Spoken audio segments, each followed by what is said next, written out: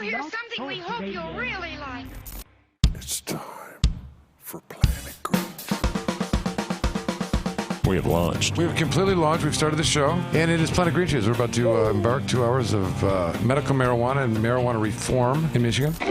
We're traveling through a dimension both of sound and ideas. We're at a place where the mind can comprehend and devise a wireless transmitter. Measure time and light. Astonishing? Perhaps. But you can find it in a place that's known as... Planet Green Trees. Attention, ladies and gentlemen. The Planet Green Trees show is underway with your host, attorney Michael Komorn.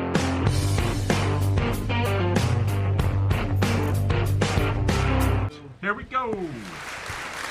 Hello.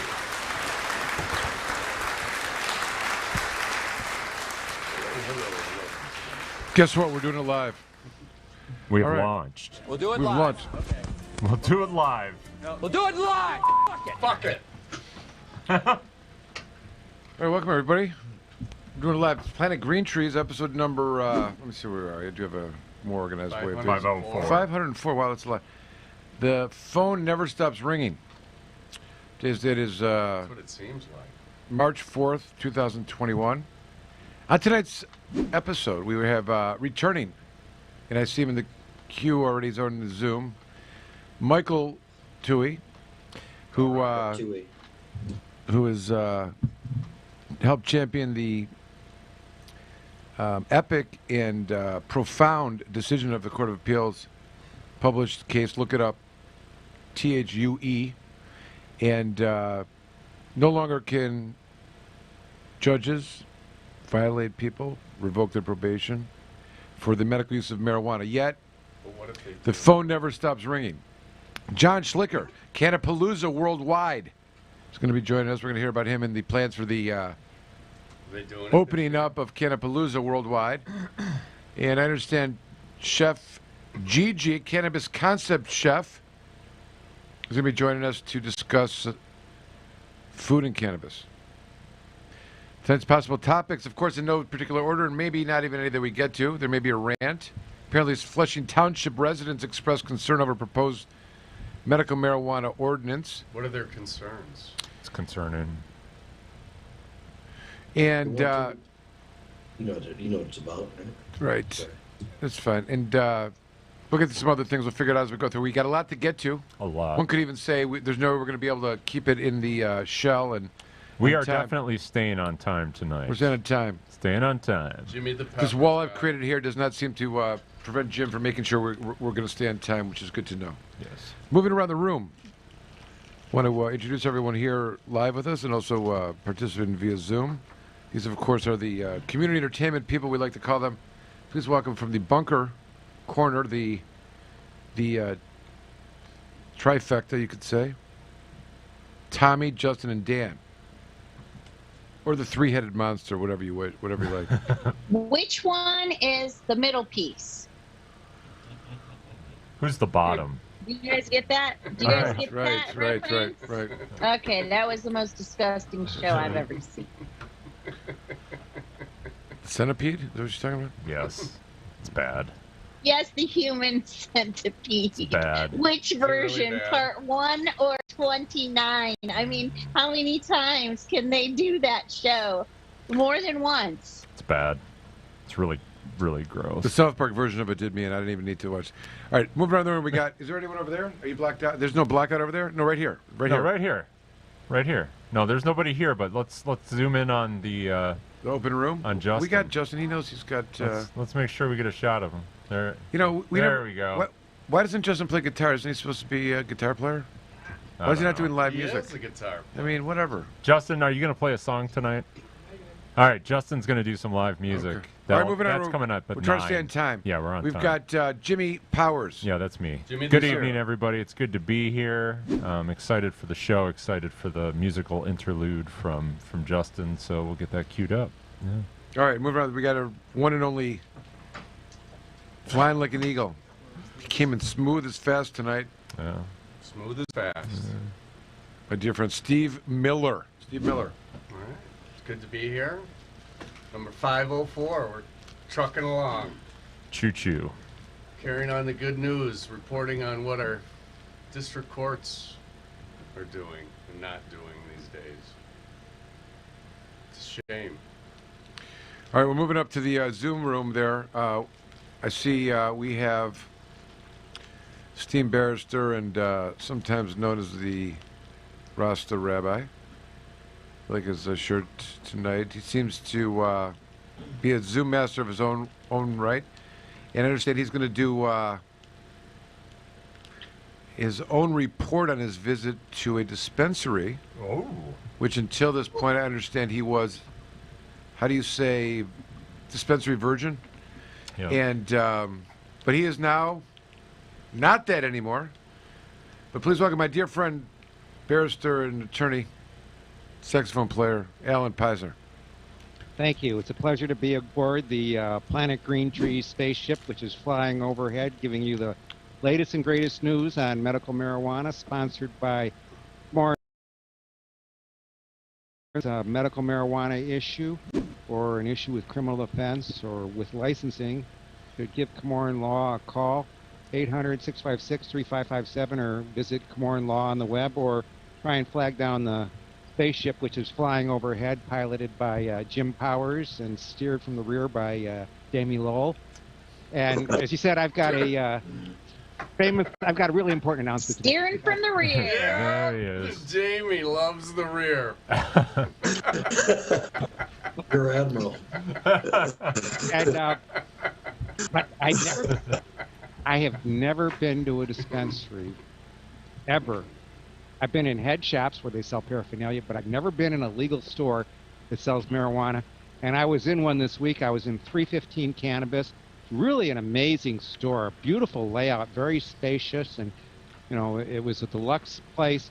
I was really impressed with the wide variety of inventory, both a number of flower species you could choose.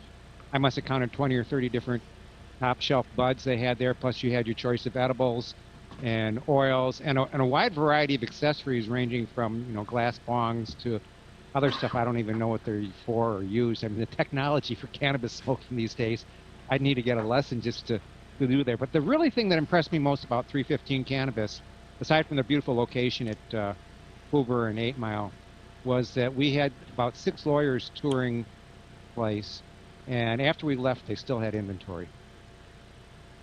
It was a good experience. Good one, Alan. Alan's always good for a lawyer joke, which is nice. Yeah.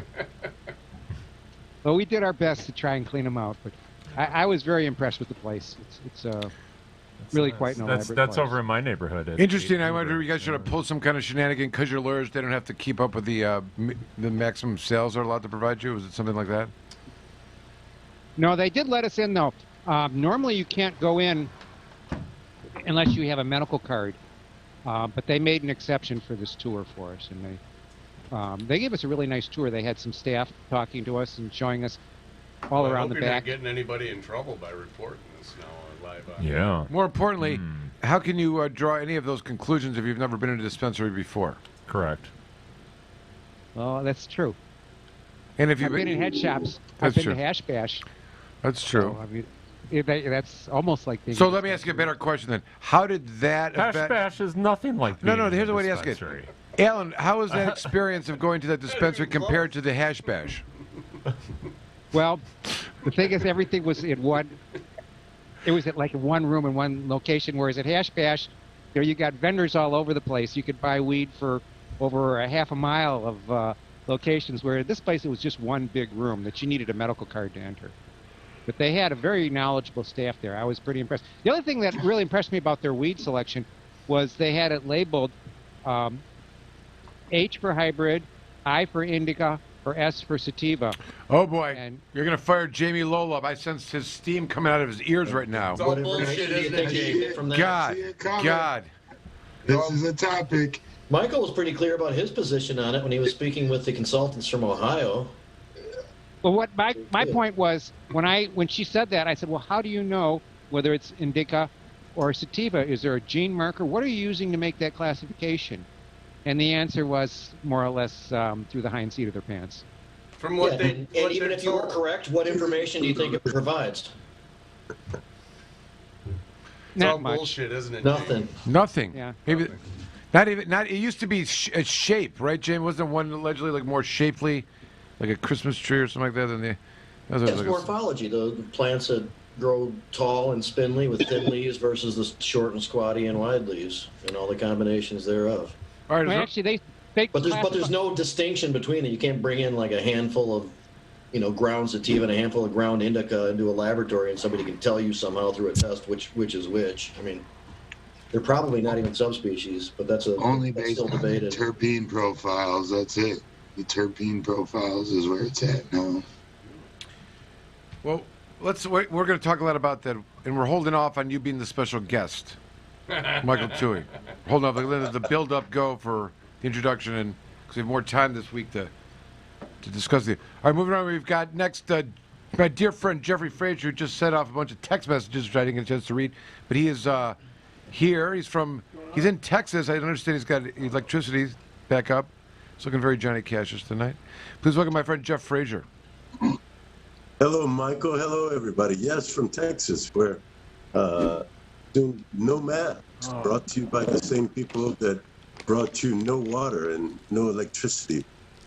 In the spirit of, any fool can criticize, condemn, or complain, and most fools do, I've changed. I'm turning over. I'm going to complain about things like Biden approving the Planned Columbia fumigation resumption after having been shut down for 15 years. So I'm not complaining or condemning him for resuming a program that displaced 5 million people internally and 780,000 refugees and poisoned the soil for generations. It's a big deal. About him, Jeff. It's a big deal. One of these days you're going to get a big old "I told you so," man. Is everybody feeling real good about how the Dems are doing with drug policy these days, really? Terrible.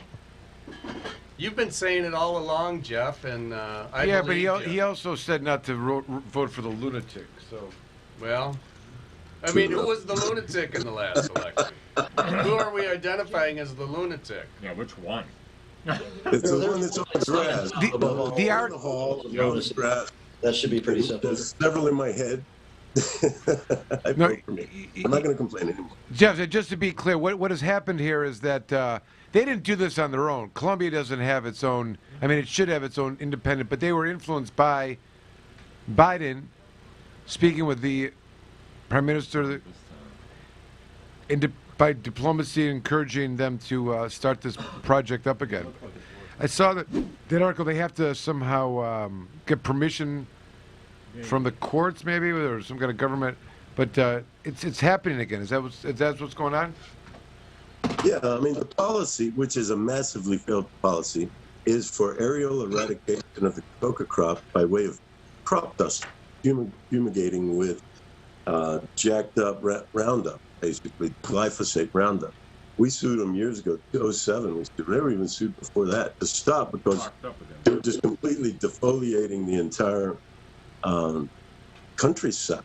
And what we found is when we took the map of where they were spraying and defoliating and running these people off their lands, and we overlaid that with a map of where the petroleum in the country is, it was a perfect map. See, what was happening, we're sending billions of dollars down to the Colombian military to run these people off of their farms, and so that we can drill. It's pretext. But we stopped them, had them stopped, at The Hague and at federal court in Washington, D.C., and more importantly, at the Supreme Court in Colombia that declared it to be a war crime. I mean, this is basically Agent Orange shit. They're spraying up people. And Biden in 6 weeks has done what Bush, Trump, and Obama, couldn't do, which is get these fumigations started back up. So I'm pissed. Justin. What's the impetus for doing that, Jeff? Why is that now? Why does Biden pull that? Is there someone in the old garb that he's hired that says, let's start doing that again? We have to regain our context on there.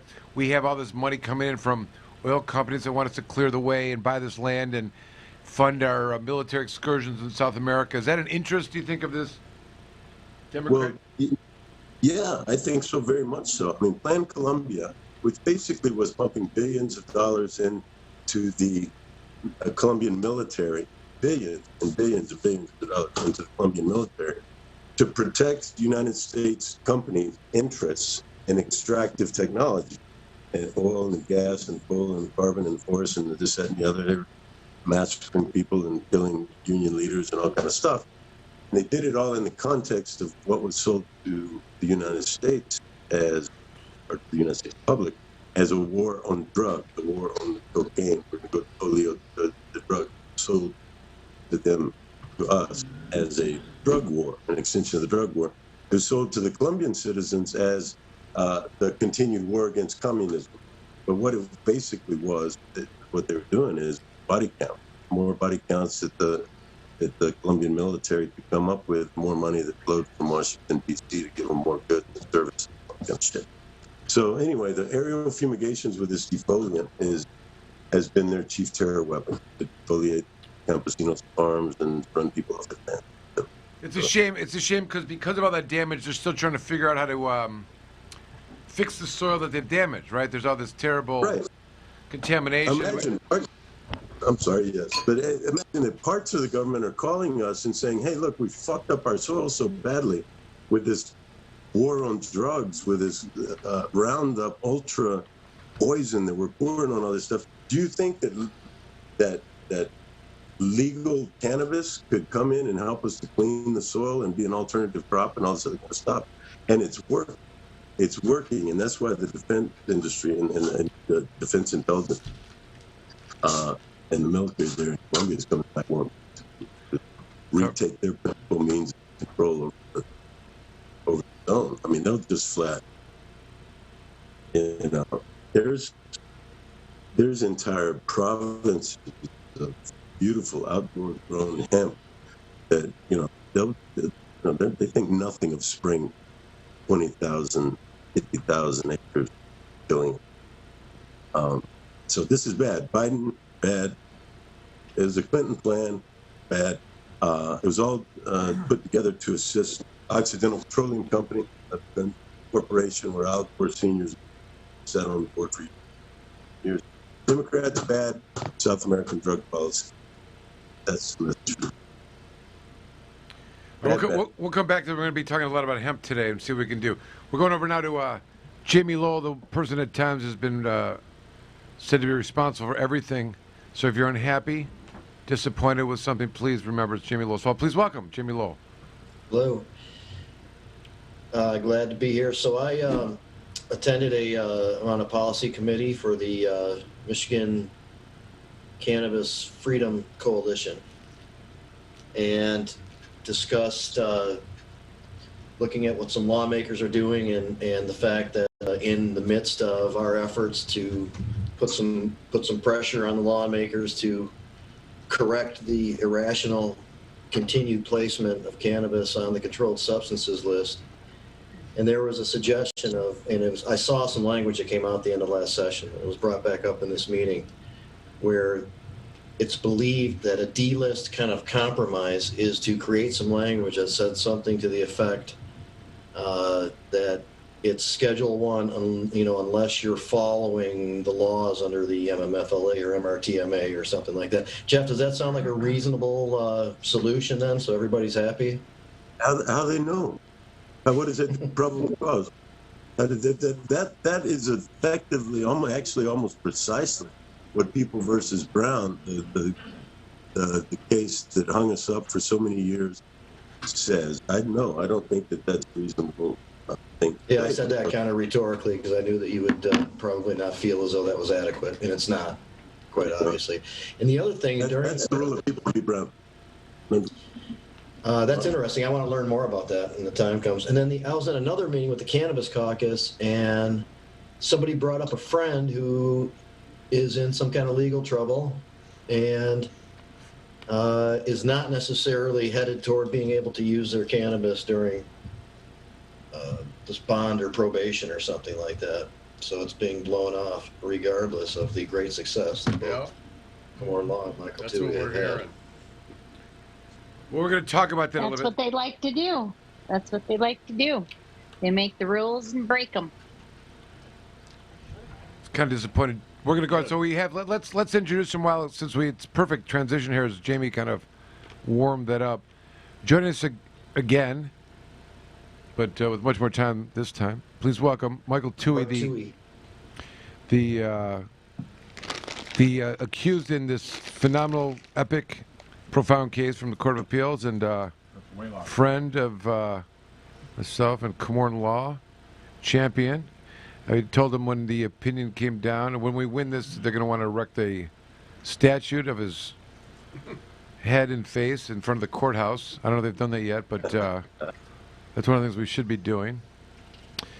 But Michael, welcome to the show, Planet Green Trees. Please welcome Michael Thue. Hey, Michael, and everybody else. Thanks for having me back. You know, there was some questions that I knew would arise and that I wanted to talk a little bit about last time that we weren't able to get to. And, you know, hopefully it sounds like you're getting them now as well. I started getting them right off the bat. Like, what do I do if the courts say this isn't enough? You know, do I have to wait for my medical card, or is the paperwork from the doctor enough?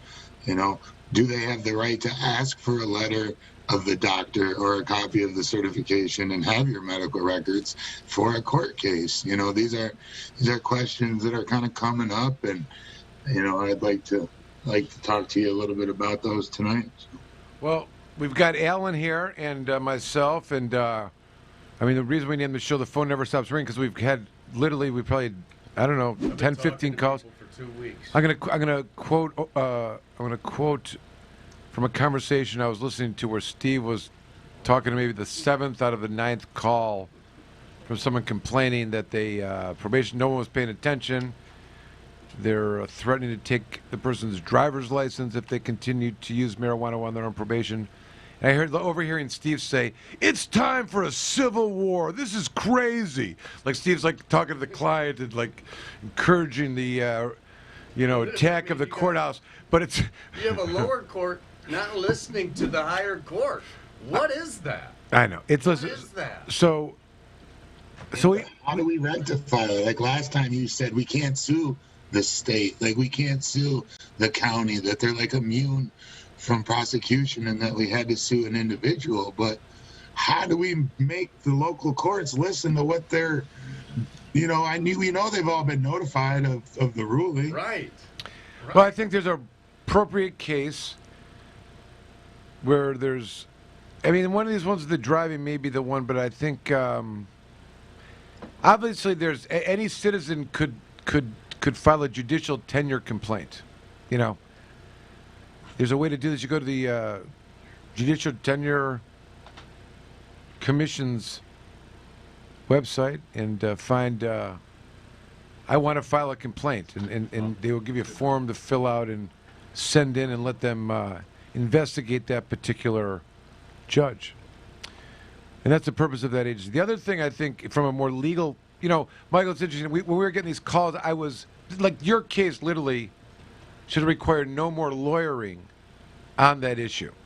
It's that, it covers that entire area. As they say, we got 6 minutes, Dougie Fresh. No, we don't. No, Why not? We got a bunch of guests that we got to get through. We're going to talk about this. Let me. So we're going to come back. I'm going to finish this thought. So there's the opinion expands to any particular area that you would need a lawyer for. So I was trying to figure out a way how somebody could, when you're having a little bit of a hard time, you know, how could we create so that someone doesn't have to really need a lawyer, and what could be done? Now, you may need a lawyer, but not a lawyer to appear in court. And I figured out a couple things, like, for example, one of the things that came to mind was that the prosecutors know the law. They have a legal duty to follow the law. They have a legal duty to not make frivolous arguments and not oppose something when it is the law. You know, so the idea was if you could get out of a prosecutor a stipulated amendment, stipulated order to amend a person's probation, right? I don't think that anyone should ever have to file a motion. That's asking for permission that something is already, that's something up for something that you already have a entitlement to, right? You don't have to ask for permission.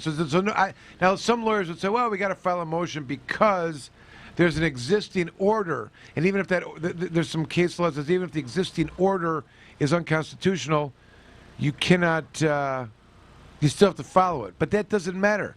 Following it or not following it, the remedy is that they cannot punish you. They cannot revoke your probation. That's the law.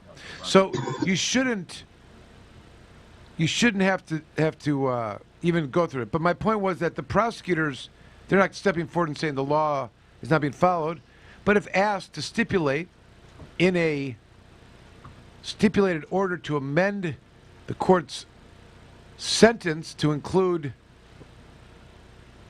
no violations for the medical use of marijuana or something to that effect. But so what is the actual repercussions though? So the law says that we cannot be we're not supposed to be disciplined, prosecuted, licensed, sanctioned board for employment. But I remember, in the beginning with the MMA back in the day, we used to have these things on our grow room doors. If they crossed that threshold and they didn't, obey the law, that they were in violation of the law and that they could be, punished also. Is there an actual repercussion for them doing anything? Well, what I'm saying, you're talking about civil sanctions, maybe, but less likely. Some kind of licensing sanctions, potentially. The other thing I think, which would be kind of remarkable, is if the right case is identified, or as Jeff would say, what is the word to use? It's the, what's the case, Jeff? What's the kind of case I'm talking about? All right, well, let's wrap it up. Emblematic. What? Emblematic. Emblematic case. There we go. We may want to get go to the Court of Claims to take superintending control over the judge for his failure to follow the... Jeff, they're doing something now which is interesting. We're hearing it more and more. I think we can identify it's mostly in Oakland County. And they must have had some kind of powwow and decided that they can do this. But the theory is that you want to drive, Mr. Medical Marijuana guy? Well, then you lose your license and are not allowed to drive. Now, they have no right to do this. And certainly you can't take away someone's entitlement to drive until there's a legal reason to do so. That's certainly a punishment associated with your medical marijuana use of marijuana. And furthermore, the judges don't even have the legal authority to tell someone whether they can drive or not, because the licensing of driving is through the Secretary of State. If there's a conviction in court, they'll abstract it to the Secretary of State. They'll take some action by mailing out your license is suspended or blah, blah, blah. No. What about the Secretary of State denying people the reinstatement of their licenses based solely on medical marijuana? We're going to talk about that more. I think Chad Morrow may be on a little bit later, but that is another outrageous topic. All right, this is what we're going to do. Jim is losing his gasket over here. Yeah. I've done something wrong. I've been waiting weeks to get in these questions with him. Darn you. Give us a second. All right. I think because we were planning on saving it to later and giving it a lot more excessive time. Let's do that. We'll Jim's Michael's staying on. Continue on. You're going to stay on the whole time. I told everyone that you're going to want to hang out with us the whole time. Go to break. We got to come back, and then we've got at least 3 guests. 3 guests with a queue. Michael, will you hang out? Hopefully, please. All right, good. We're going to take a quick break, and we'll be back with Planet Green Trees episode 504. The phone never stops ringing. We'll be right back, and we'll be live. Doing it live.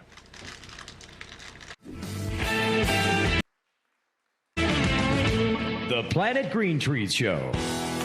Join the Michigan Medical Marijuana Association today. MichiganMedicalMarijuana.org. The MMMA is focused on the well-being and safety of medical marijuana patients. The MMMA site provides the most comprehensive and up-to-date news on legal issues, politics, research, cultivation, as well as the various strange products and methods of cannabis use. Come join the discussion with the most knowledgeable and passionate advocates in Michigan today. MichiganMedicalMarijuana.org.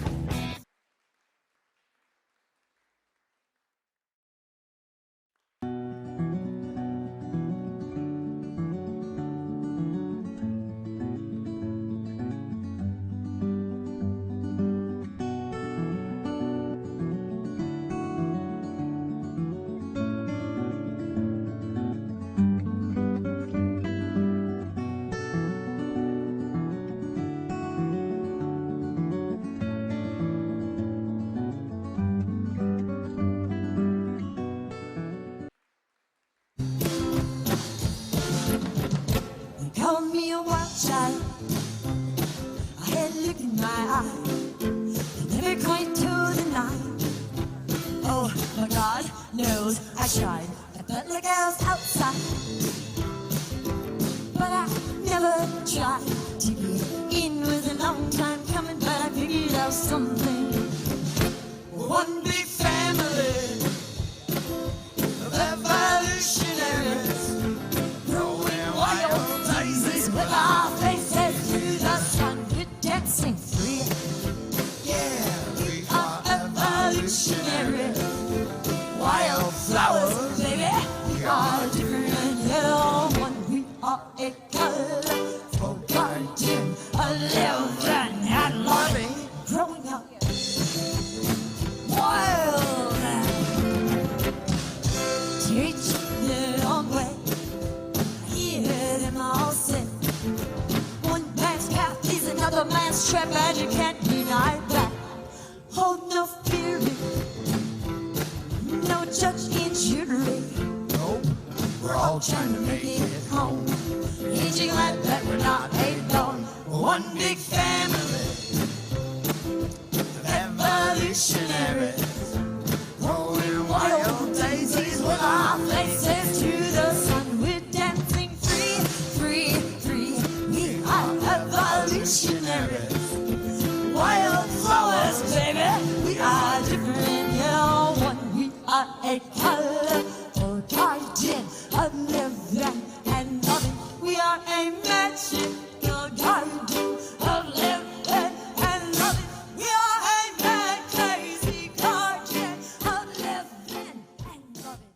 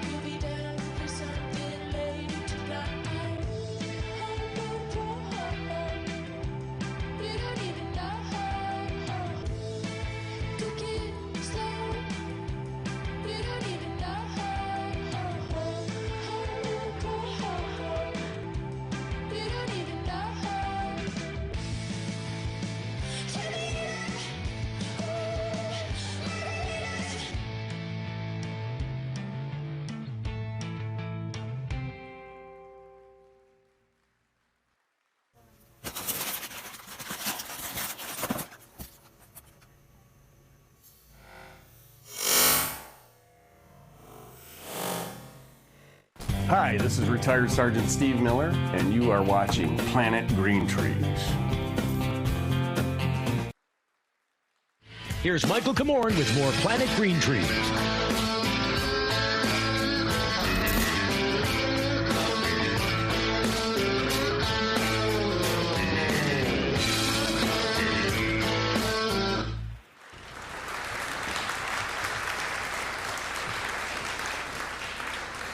All right, do we figure out what we're doing next, Jimmy?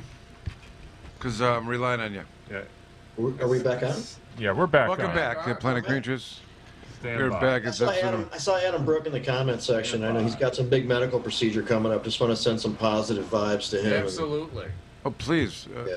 Yeah. Good, brother. Of course. Good luck. Adam. Adam, we Be should good. get him out and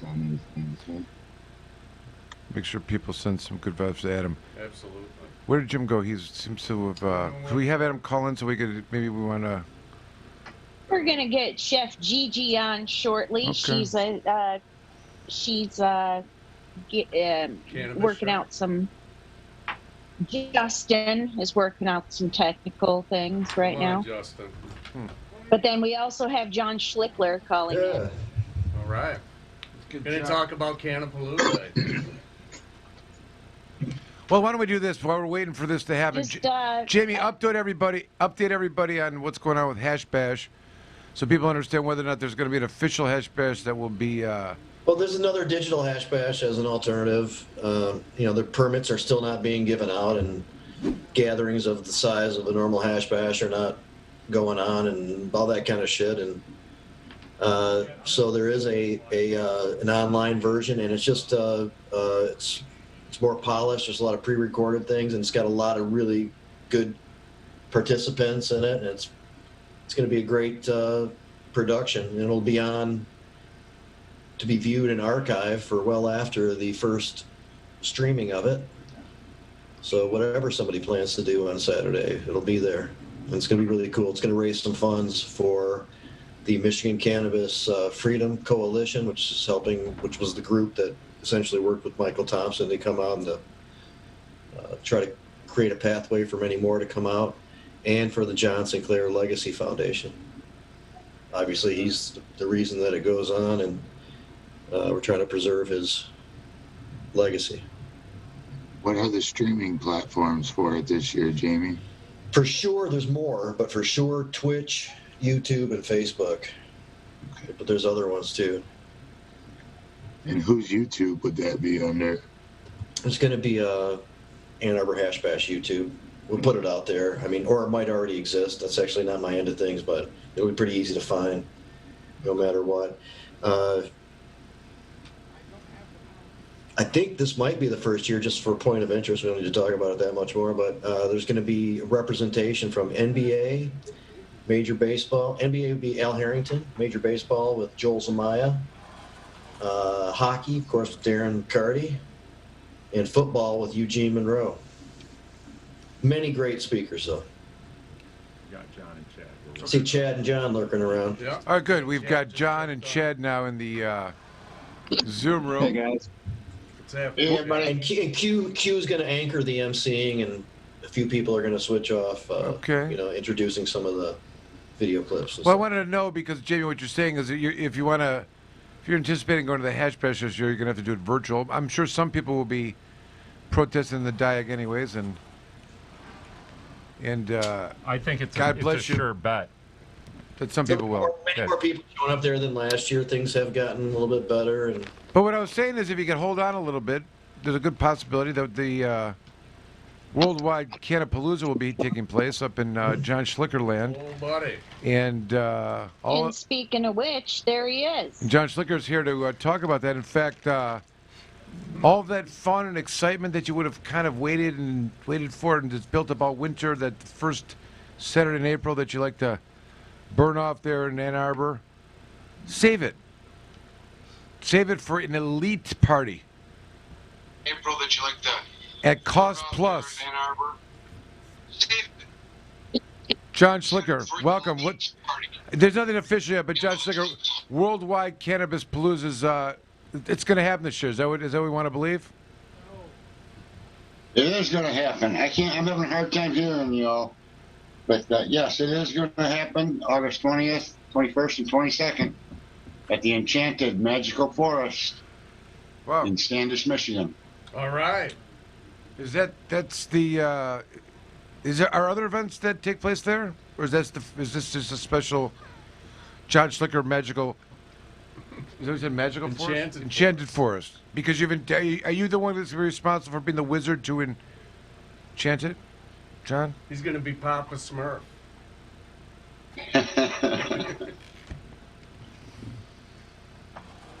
That you say that mascot is based on John, the Cannapalooza guy, right?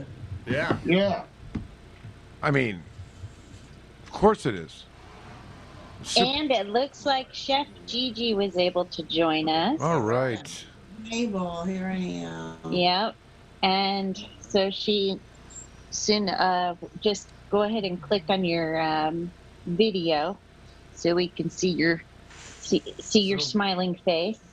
Are we? What are we going to first here? I got some Cannapalooza questions for John, but I don't want to go out of turn. Well, go ahead and ask John his Cannapalooza questions right now. Or we've got Chad. Chad Morrow's in the room. Yep, Chad, thanks for joining us. We got Gigi. And John Schlicker, as I said, and Gigi is now joining us, but I want you guys to be part of this. And We got quite a panel tonight. after we talk to Chef Gigi here, we're going to come back to the other issues that we're talking with Michael, Thue, and get all excited again about Cannapalooza. All right, Chef Gigi, can you hear us? How are you? Good. How are you? Thank you for joining us. Thank you for having me. It's a pleasure. Well, I understand you are a chef of food and and cannabis food in particular. I missed that. Bam! Never mind. You son of a Did you just make the cannabis store? What? She's So- just poking funny a little bit. So Tell us a little bit Chef about it. Gigi Yeah. is from the Cannabis Concepts, Mhm. and you've won a couple of High Times Cannabis Cups, haven't you, with your delicious eat? I won it was a 2-day cook-off, and I won the High Times Top Cannabis Chef Award. Has anybody had a chance to eat one of her quesadillas? That's what I had. It was delicious and quite potent. When did you have that, by the way? When was that? Or where was it?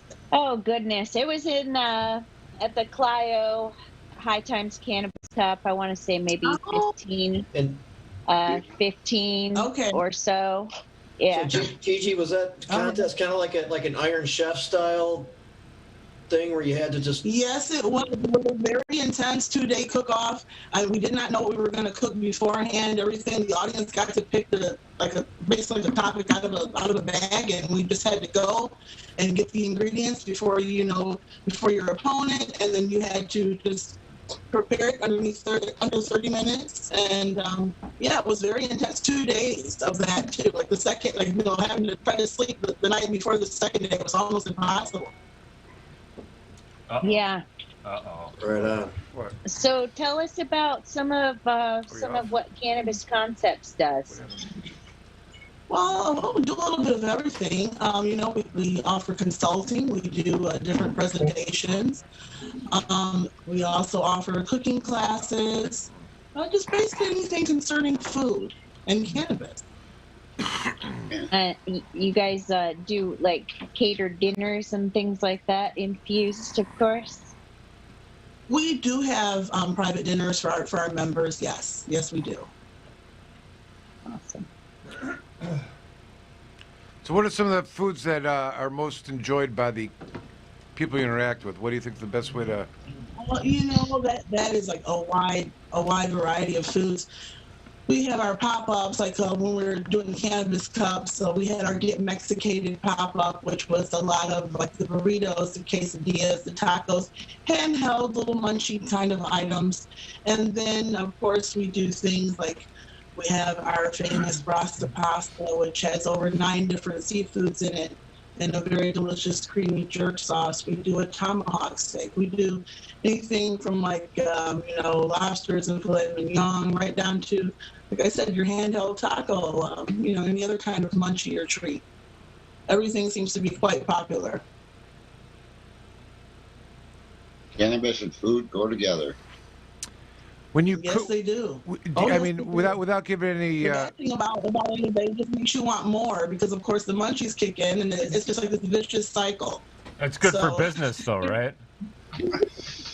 Yeah. Yes. Let me ask you a couple things. Is there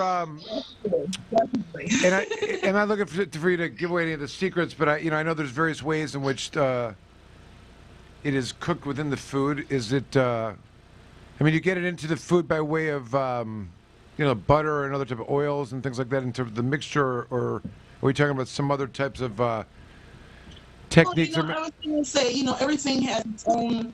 It's like its own infusion technique. Like, for instance, when we do like the vegan cauliflower steaks, that infusion actually comes from infused dehydrated potato flakes that we coat the cauliflower in before we pan sear it. So that's where the infusion comes on that end. And of course, we have the hemp gravy that goes over the cauliflower steaks, and we do another form of infusion in the roux when we make that. Okay. How popular is vegan cannabis cooking these days? Vegan. Actually, it's gaining momentum. But it's gaining momentum over the last couple of years. But it's always been a hit, especially in the medical cannabis crowd. A lot of people are looking for medicinal alternatives. So they're looking for plant-based food. This is all centered around the plant. So it's actually been quite popular from the inception. Is it easy to do that? If I throwing that out there, for example, if trying to find vegan food sometimes difficult out to eat, or the traditional methods of cooking, it's more effort.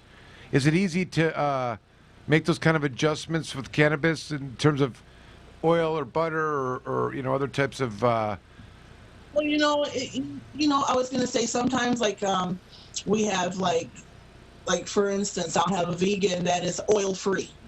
They consume no oil, no vegan butter, nothing of the sort. So then I would infuse with them through the dehydrated potato flakes or through a seasoning or spice blend that was curated. Those are the things that I would use if I had an oil-free vegan. Sure. It does pose, of course, it's always challenging, but it's fun. That's the fun of it is being able to accommodate everyone's palate. Right. You were doing some foodie TV thing, aren't you? Aren't you doing some series of cooking on TV? Yes, actually, what we're doing. I'm creating content for a channel called Foodie TV, and it's a new streaming network. And I'll be creating some content for them as well. So I'm looking forward to that too. Just like different videos, and like I said, they're able to book me different gigs, other shows, things like that. Does this process ever include trying to match up certain type of cannabis with certain essence or quality to match it up with certain foods? Yeah, well, we do I do a presentation about pairing food and terpenes. And so, yes, there are times when we do have these specific requests. Like, for instance, I make a delicious baked cod in a wonderful white wine lemon cream sauce. And again, we use all of the different, terpenes and whatnot with that dish, and it really gravitates. And I also use essential oils, other oils as well. Like as far as we add terpenes to it, but then of course the food itself has naturally occurring terpenes. And then we have essential oils and other medicinal herbs that I use in my cooking as well. You're using some of that to some of those essences and stuff to create your skin line, aren't you? You're coming up with a beauty product correct line. Yes, I'm also I'm a state licensed esthetician, and hopefully, like a little bit down the road here, we'll be coming out with a skincare line. I know right now we've currently been really working and perfecting our massage oils, and we're getting rave reviews about that. So we're looking into getting that line going. I'm also, like I said, currently working on a CBD line with just like snacks and just massage oils and things of that nature too. Cooking oils. I'm looking forward to that. Very cool. And where can people find out more information or look to book one of your dinners? You can catch me on Instagram at hightimes_top_cannabis_chef_Gigi. And there you'll find a link to my website, and you can fill out the contact form, or you can just send me a DM. Awesome. All right. There you have it. Very cool. Chef Gigi. Thank you. Well, thank you so much for coming on. Thank you. Yeah, thank you so much. Oh, no. And I can't wait. I can't wait to taste some more of your food.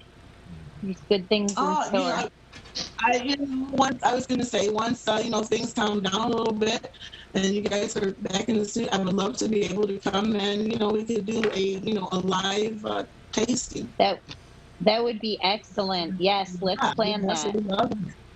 We can have a spread from Chef Gigi at the show. Heck yeah. We have the best spread. Talk about the facts and food, and that would be so much fun. Yes, we will definitely do that. Thanks again. Great. All right. Well, that was wonderful. Thank you for having me. All right, good. And I think it's time for a break. Quick break, and then we'll come back and proceed as we discuss with some more Cannapalooza. And I know Chad Morrow's here, and believe he has a topic he wants to discuss. And Michael Thue brought it up before he even got here. Okay, good stuff. We'll be right back. You're listening to Planet Green Trees. The Planet Green Trees Show. Join the Michigan Medical Marijuana Association today. MichiganMedicalMarijuana.org.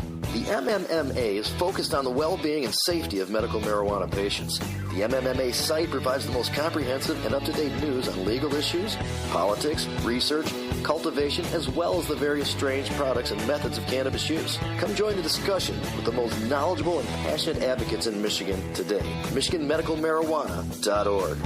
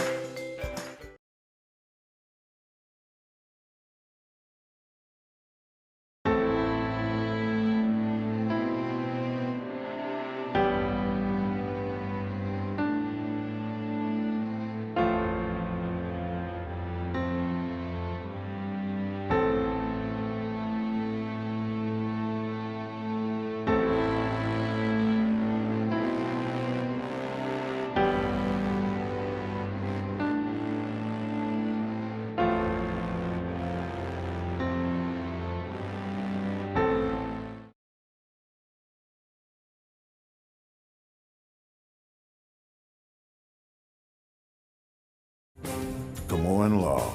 Michael Komorn is one of the top attorneys in Michigan that has experience and dedication in criminal defense law to provide clients with results. Komorn Law, the best damn criminal defense lawyers, period.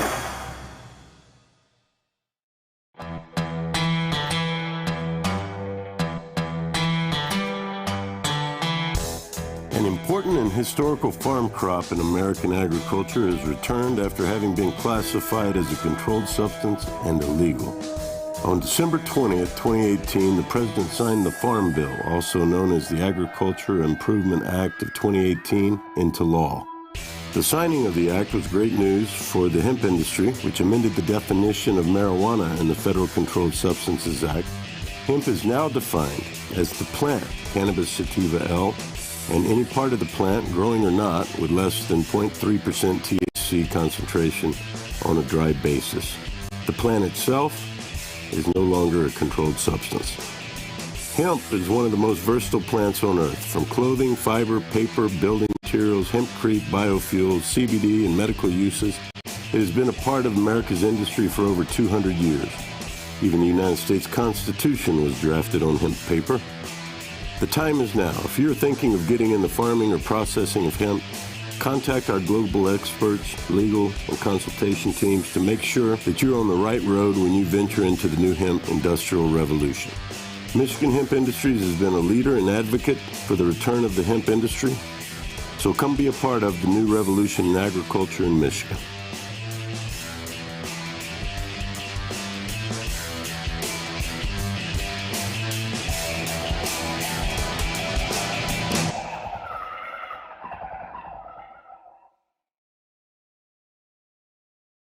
Bill Schuette led the charge against medical marijuana, and even after the will of the voters was decided and the support was enormous, he still continued to fight against the will of the voters, keeping patients from the medicine that they need.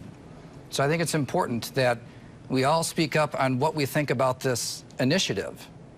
But when the voters have their say, their will must stand.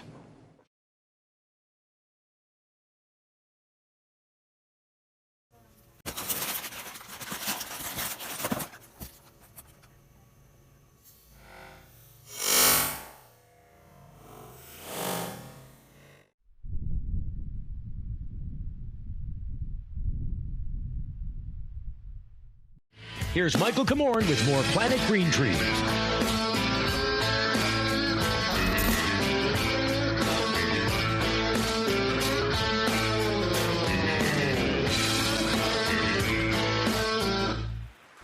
Just kidding. Those are Alan's rooms.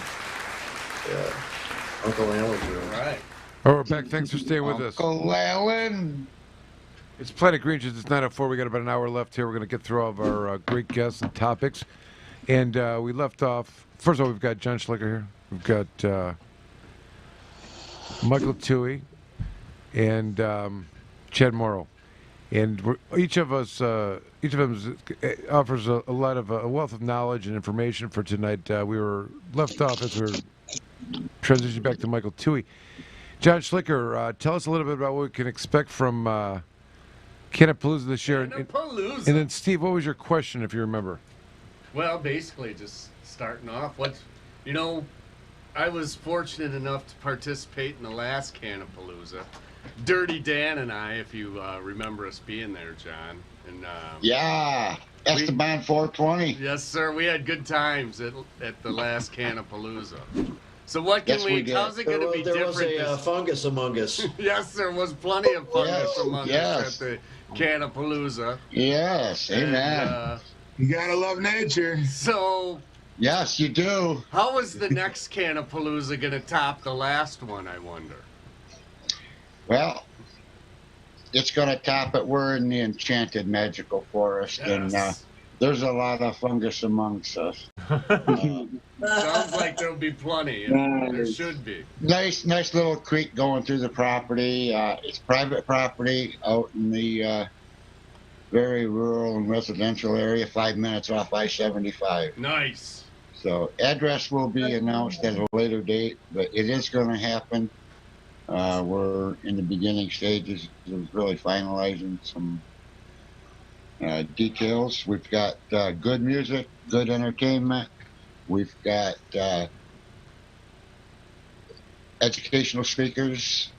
I've got some inspirational speakers coming to talk to us about what all we still have to do to really free the weed and free the people. And free plant medicine, all plant medicine. So it's really going to be interesting and a really good time. Very educational. Again, it will be camping on site. So look forward to it. We'll look forward to more announcements. We can't wait. More announcements and details to follow. And check back with Planet Green Trees TV for those updates, as John will be informing us and giving us updates and details as they come forward.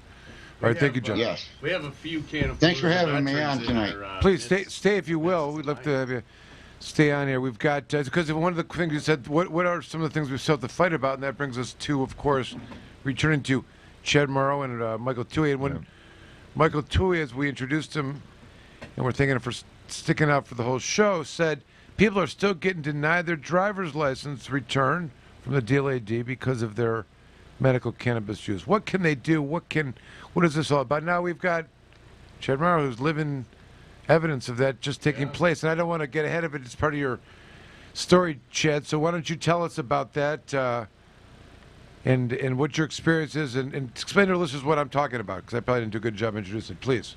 Well, what's going on with me is I got a drunk driving back in 2007. And back then, you lose your license and you have to go to these driver's license appeal division reviews with the Secretary of State. And they give you a list of things you have to do. It's basically you need to stay clean and sober, remain abstinent from, drugs and anything on the controlled substance list, and alcohol. You got to go to AA meetings. You got to have a substance abuse evaluation. You have to pee in a cup and have a clean drug screen. Let me say this, Chad. Let me jump in. Because you're right. Those are all the details. But the legal principle that they're talking about is this: when they take the theory, at least from the state, is when they take your driver's license away, it's because you, quote unquote, a person has a substance abuse problem. Like that's the whole premise of it. So, in order for somebody to get their license back, they have to show that they have their, quote unquote, deemed substance abuse problem under control.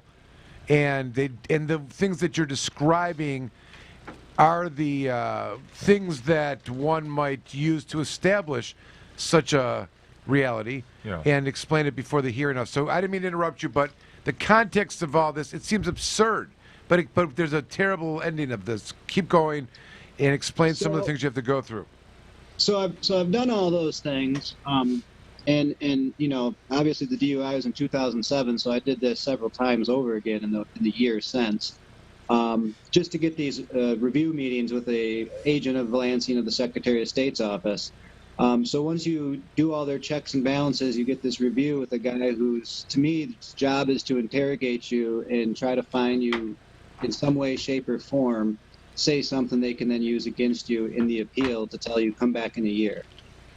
So this happened to me several times. I actually got my license back. Apparently, I proved my sobriety. And this was back in 2017. Now, a few months after that, because I honestly didn't expect to get my license, so the car that I ended up getting wasn't the nicest of cars, and it didn't really work that well with the breathalyzer. So I ended up having some mechanical errors, and they pulled my license from me again. Now, at this point in time, I had been arrested and charged in between for Cloud 45 for having a dispensary.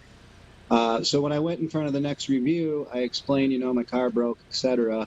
And they asked if I had been contacted by any police or anything like that. And, of course, I was honest. And I said, yeah, I've been arrested for delivery of marijuana. I had a dispensary. I have zoning. We've done a petition. The case is ongoing. I really think I'm going to win. And they granted me my driver's license. Fast forward, things didn't go my way in court. I lost the case. I was convicted. I lost my driver's license for 6 months from the judge. 6 months later, they reinstated it. I'm driving around with my breathalyzer. A couple months goes by, and I get a letter in the mail from the Secretary of State saying that they have suspended my driver's license again. So they didn't give me the reason. They just told me they did. I appealed that, and that's where they told me that they were aware that I had been convicted for delivery of marijuana, and that driving is a privilege, and that I need to be sober and have a sober lifestyle. And even though I might not be consuming, being around it and breaking the law is not living a sober lifestyle. So fast forward about another year, I applied for my review again. Unfortunately, COVID hit. I had to wait about 8 months to get my review, and that happened about 3 weeks ago. The review, again, I went through the same steps, had the interview. Interview, in my opinion, went pretty well until about the last 5 minutes, because the guy kind of twisted around on me and, in my opinion, kind of attacked me and said things like, this just doesn't add up. You know, you're claiming that these recovery programs have worked for you and you're making all this progress in your life and you're doing better because you own a business and pay taxes and da-da-da-da-da. But yet you were convicted for drug offenses 2 years ago. And it was right back onto the marijuana stuff again. So I got my answer today. They denied me. Said that in the decision, said things like, you know, again, you need to be sober from everything, alcohol and any drug on the controlled substance list in the state of Michigan. They said things like, I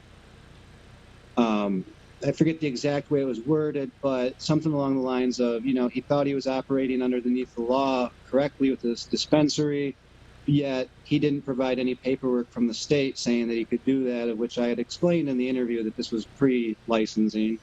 And now they're even adding for additional things for my next review if I decide to wait a year.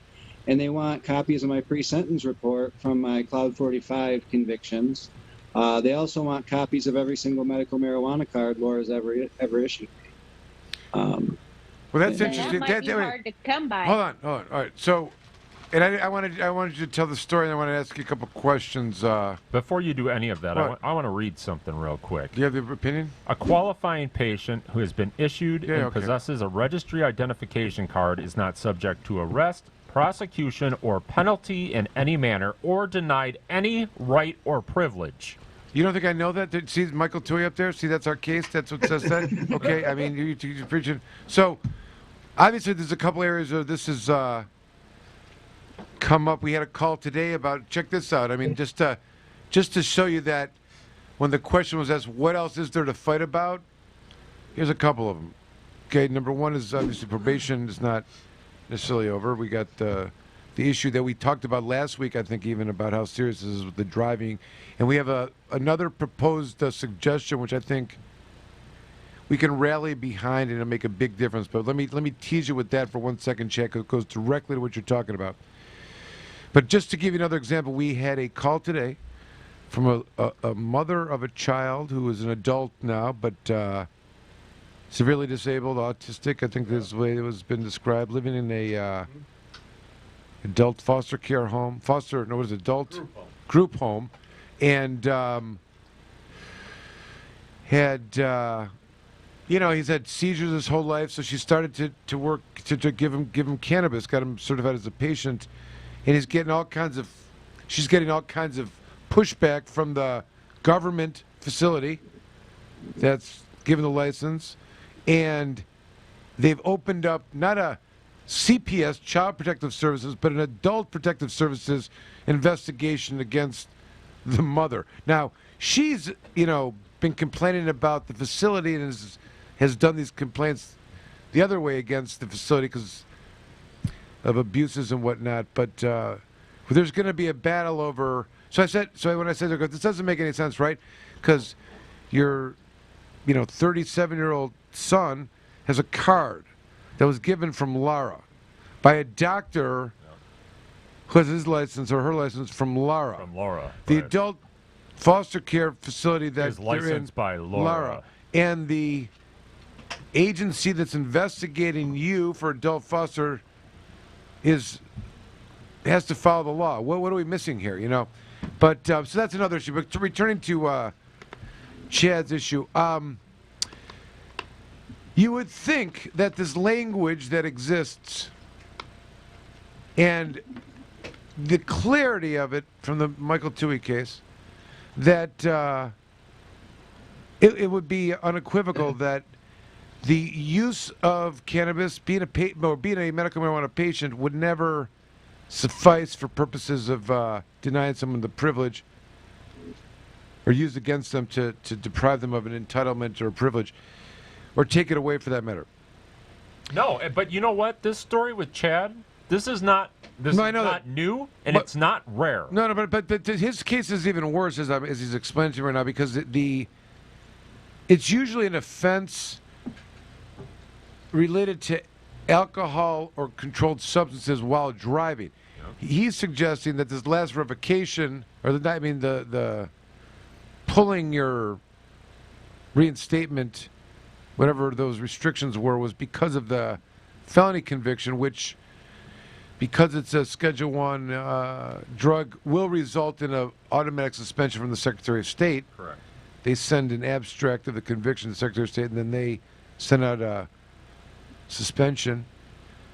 You're allowed to restrict it after 30 days, whatnot. But the idea now that event, which had nothing to do with your driving, nothing to do with impacting or violating the terms of your restricted license, is really shows you how sinister cannabis is Schedule I wise, and what the impact it has in order for them to be able to do that.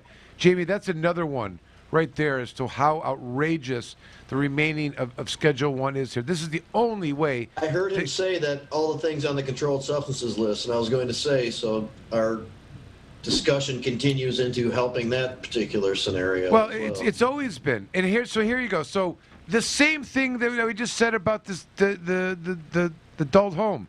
Here's a patient given by, first of all, patient has a card. The law says read the Thue case, read Section 4. And before a government agency denying them a license or privilege, right there. Like, how do those things all survive? Now, Chad, you do have a right to appeal within X amount of days to the circuit court, right? We understand that. Yeah, I do understand. I will be doing that. Of course. And here's the thing. I don't know where it's going to end up. I mean, there's a jurisdictional, place where maybe, and I don't know if you've done that in the past, but I was going to say this.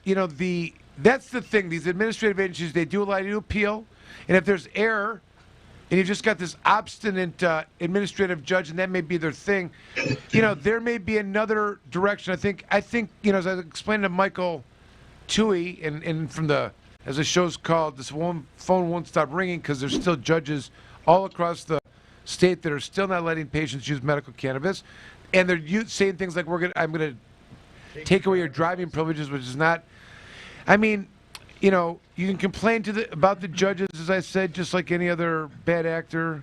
There's, whoever's got a license to do something, there's a place to probably complain about them. You got attorney grievance, you got judicial tenure, you got all kinds of venues to make those complaints and whatnot. But I do think, like, at some point in time when you have the Jeff Frazier, quote-unquote, emblematic case, some kind of superintending control from the Court of Claims or some kind of lawsuit in federal court to enjoin them from doing this. The Secretary of State has been through a thing or two in federal court. There was an interesting case. For years, they were getting away with, quote unquote, notifying people that their license was suspended by just showing that they put it in the mail. Like, there's no other place in law that suffices as proof of service. You know what I mean? Like, you usually, if you're gonna call someone into default, you got to prove that they got it.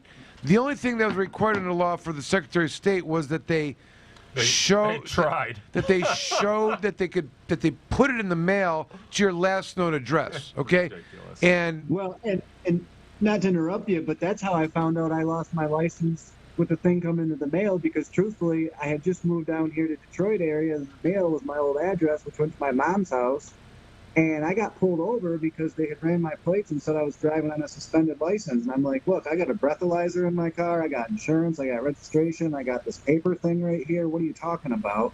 So he didn't give me a ticket, but when I went to the Secretary of State, they informed me it was suspended. I called my mom, and she said it showed up in the mail today. Wow. Still going on, Michael. That's how they roll. But anyway, so they've been in federal court before. On that, they were also being they were using the, what do you call them, the extra funds, the driver responsibility fees. Oh, yeah. And like you get a ticket. That was a good one. You get a ticket, and then you have to pay $500 a year to keep your license. Right. So they you lose your license until you've paid in full. Then they get you into a payment plan. Yep. That whole scheme was no. But I think there was some. You can't get out of it. The federal court forced them to change their ways, but. This is really, I think also it's an important. I mean, let's be honest, Jamie. If there was a, it really shows the lack of a true understanding of the cannabis issue from our administration right now, despite suggestions to the contrary. I hate to say it, but we have studies by the Michigan State Police on traffic safety that says the amount of whatever the reported value is has nothing to do with the amount of impairment. Whatever that number is has nothing to do with impairment. There's so many other factors to consider.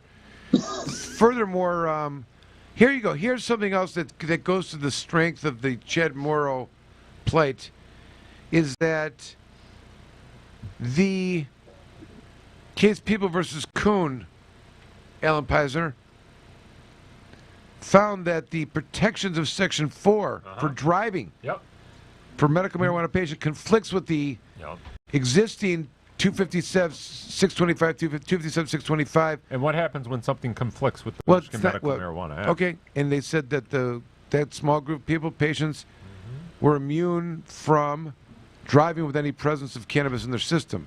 That later has now arguably been revoked off this because that conflicts with the recreational adult, the adult use law. But I'm saying from the policy of the Secretary of State at that time, with the Supreme Court making a ruling that these people were protected for that behavior and having it in their system would not be a crime. No. Okay?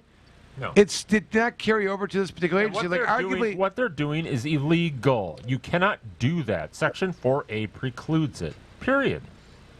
I'm saying we've got the plain language. We've got the Michael Thue case. On the specific issue of driving itself, we've got the Kuhn case. Privilege. Everybody agrees it's a privilege. And yet here we go. Chad, who I've never seen him drink. I'm pretty confident he's not going to be a danger on the road. Why are we continuing to deny giving this man a license? This is ridiculous. Well, I'm saying to you that because the wheels have to churn. No. I'm telling you, listen. The wheels have churned. We've greased them. We've changed it. Like, what else has to, brother? The courts have to make their money by keeping people coming back through. I'll tell you something. This area is going to be an area of great battle, and I'll tell you why. Because they don't know what to do, right? Remember the whole cry in your towel, police officers? One of the reasons why you don't want to legalize cannabis is because when we pull them over, it's too difficult to figure out if they're impaired or not. Yeah. We don't have the right tools to do it. It's very dangerous because we can't spot probable cause because it doesn't exist is really what they're saying. That's right. And unlike other things that we're able to detect. Do you have any idea how long that will take? Which begins with the premise of that there's something, inherently wrong. If they suspect it, absent that they think they may have consumed it, to identify bad driving there's no correlation. Flat out, no correlation. And they want to and need to make that correlation. But this is still, what I'm saying? Like, of all the areas that have been, I don't know that there's that many, but in principle, on the checkerboard of where the various battles take place of citizens' rights and the government and when they clash on the road, when the rubber meets the road kind of thing. To me, the driving and quote-unquote traffic safety is such a huge part of the propaganda campaign of police officers, just for all things, just like it's part of their border patrol and their, drug trafficking gauntlets. You know what I mean? It's a really difficult, concept to accept that you're going to limit the police officer's ability in terms of their traffic safety policing. That's just, you know what I mean? You know what I'm saying, Steve? Like I don't know, maybe get rid of the drug task forces for marijuana, but they're not going to undo the traffic safety groups. They're just, you know what I mean? There's not enough of them, they're really kind of drug task forces, right? Yes. It's just another way of getting into people's cars and stuff. So what I'm saying, Chad, and I'm saying that and all your it should follow, but there's just so much misinformation in this area of safety. You know what I mean? Whether it's safety or not safety, and then just the knee-jerk reaction, despite all this law. And I'm not saying that any of it's solid. I think there needs to be a. I feel like if we had, we had a hearing, we could win, right? You know what I'm saying? Like, if you had to make the case that this is bullshit that they're doing this, the premise of denying people because their patients is not based in statistics, it's not based in any data, it's not based in any kind of place that we can point to that would justify or warrant the continuation of this policy. What say you, Chad? I've been talking for 12 minutes. Go ahead. What do you say? Well, and that, I think you're right, because to my understanding, the appeal to the circuit court judge is going to be only to argue the fact that we have to prove that the hearing officer abused his discretionary power. So with the statutes currently in place, how are we necessarily, he can fall back on this. Well, it's controlled one substance. My point in a couple things is like, for one, you're asking for things like my medical cards, which that should be HIPAA protected, for one. They shouldn't even be able to ask for that. For two, they're asking for a pre-sentence investigation report from things that happened 3 and 4 years ago that don't have anything to do with driving, don't have anything to do with use, only have to do with delivery of what's legal. And even that hearing officer, for the pre-sentence reports, I mean, that's like setting me up for failure, because my entire opinion in that attitude or interview was, I didn't do anything wrong. I was helping people the entire time. This is just a big gray area, and I'm a victim of a transitioning law. So she literally wrote that I had 0% chance of rehabilitation in my PSI. So like, that's not something I want to produce. Chad, I'm going to challenge that this wasn't an abuse of power. Yeah, I was going to say the same thing. I think not only that, Jim, you've got the when you fill out the petition to get into play, to get your hearing at the, they tell you these are the issues. It's not those issues. Right. These are the issues. These decisions you're making are outside of those 4 or 5 issues that you have to settle, which is primarily that you don't have a substance abuse problem. That's the key, right? That's her decision cannot even contemplate. The fact that he's a patient. First of all, there's a difference between substance abuse rehabilitation and attitudinal rehabilitation, and that's the difference, right? Like, she doesn't like your political beliefs. She doesn't like you're literally into something else that she hasn't evolved from or to. It is at that level. I do think that. I mean, I don't know. I think that there's some action here, and they should be. I think you should have like a camp. I think also in conjunction get a with preliminary injunction against the Secretary of State. I know that there needs to be a campaign against. Do you think this is? Sounds like he could join the list of the people who are John Sinclair list standing in the Sinclair case. You're right. In our amendment for the. My PSI blatantly said was in writing is quit using marijuana or go to jail for 30 days. Why? Because they can. That's why. Let's hear from Alan Peisner for a second here, or Jeff Frazier. Jump in.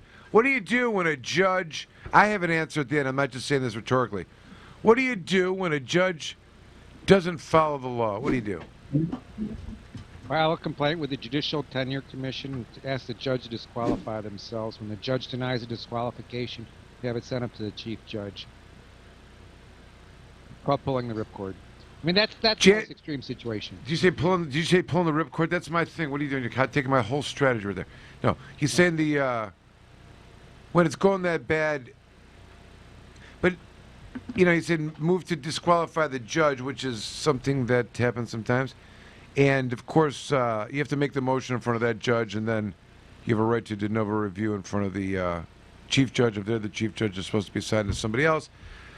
But, Jeff Frazier, what do you say? If you're still here. Jeff left. Okay, all right. I say that... what do you say, Michael? I mean, I think one of these judges... I mean, these are all long-standing institutional rules that are based upon things that are not the same anymore, especially this driving thing. I mean, these hearing officers are not... I mean, it goes without saying that they are not following the existing law, right? We know that. Yep. So how can that go on, right? If there wasn't a legal basis to make these challenges... There absolutely is. Or there wasn't a... Oh, my. I mean, you know what I'm saying? Like, there's a lot there to go here. So I'm saying, you know, there is a huge, you know, in the world of DLAD lawyers, like they'll say things, you know, who's your hearing officer? Like they'll know, like, you know what I'm saying? Like there's 9 or 10 of them. You know what I mean? Chad, like if you've, you know, whoever you've had, you know, each one of them's got their own view on something. You know, you got to play this instrument when you go in there instead of that one. They like to hear baritone instead of tone. Anyway, so Chad has a appeal. It's air, and you know. And listen, if they're ignoring the law, that's one way to. Where's your appeal? What jurisdiction is it, Lancey? I mean, it was out of the. Well, was it up? I don't know. It depends.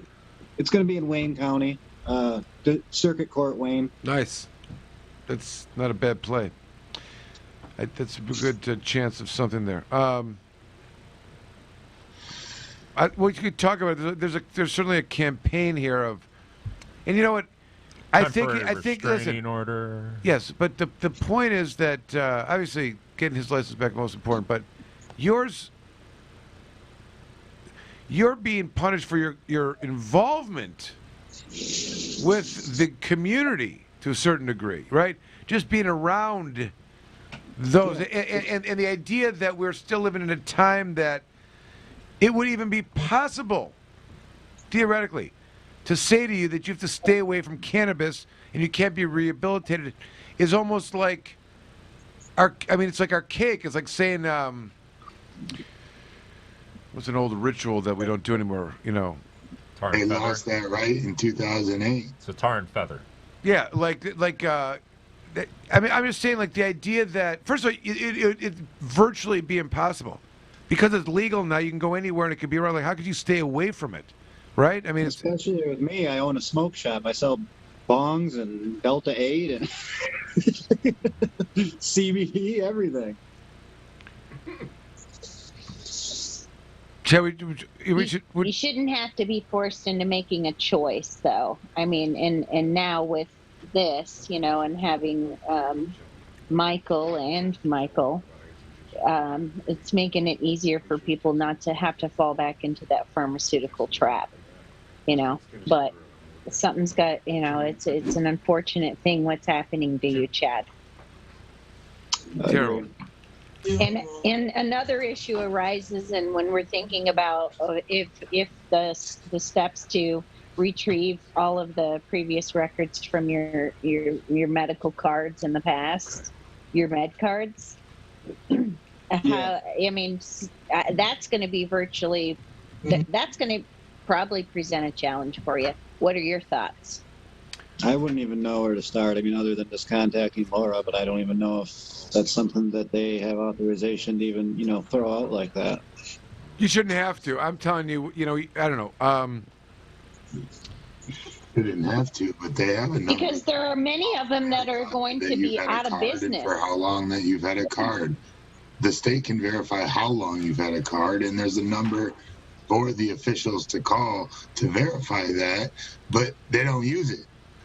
Right. The money we pay to teach them has never gone to teach them. It's only gone to enforcing the law against us. Did they? And then we know how quickly doctors' offices popped up and went away. So, you know, it's going to be really tough to find all those records if they want them. Well, and it's awfully kind of ironic how they always thought that, that was the excuse. Like, anybody can get a card. It's so easy. These places pop up, and everybody just gets it for chronic pain. And now they're, like, pretending like, well, did you really have a medical condition? Did you really need a card? Did you really get it? Yeah, doctors have to be willing to go to bat for their recommendations, and that still exists now, and this demonstrates it. There may be in this case a call for a doctor to come and testify on your behalf that you have a legitimate reason to use cannabis. So my law or the ruling it should have done away with that, and that was something that came up at our clinic when we did clinic last week, because my doctor has always had a policy: we don't certify anyone on probation. And before we started clinic, I'm on with him and we're talking, and I'm like, so what are we going to do now about probation? Like, we finally had a chance to talk since my ruling came out. And he's like, yeah, we can certify him now. Well, we had 6 or 7 patients on the schedule that day that were on probation, and everyone's a different case in a different situation. And he's like, wow, we have to look at how we certified and what our requirements are still going to be for certifying those that are on probation or parole. Parole is a state issue. You got to follow federal law, so they still try to use it. And I guess they've quit testing now for THC. It's not on the panel anymore for parolees, but if you catch a case for having it in possession or got a ticket, I guess anymore, there were still problems there. But they say they don't test on felony probation, but it needs to be not just that they don't test. Like, again, this controlled substance, Scheduled 1 still in Michigan. Like, we have medical, we have to take the initiative to change it here in the state and encourage the feds to follow suit. How long do the feds lie to us and say there's no medicinal value when they still have patents and FDA-approved drugs full of cannabinoids? So, I was going to say something else. One of the things that I think will help as a concurrent project trajectory, in addition to this here and the fallout of all the probation and bond non-law-abiding judges that aren't following that. That's one issue. We got 2, the driving issue here that still exists, and the denial by the Secretary of State to recognize cannabis as medicine and not find it and use it and find it as evidence of, by itself, standalone and automatic substance abuse issue that hasn't been overcome, or even the involvement of without even involving your driving. But the reality of this, how do you guys like this? We're going to make an attempt at trying to get alcoholism added to the registry as one of the qualifying conditions. Yeah. Alcohol use disorder.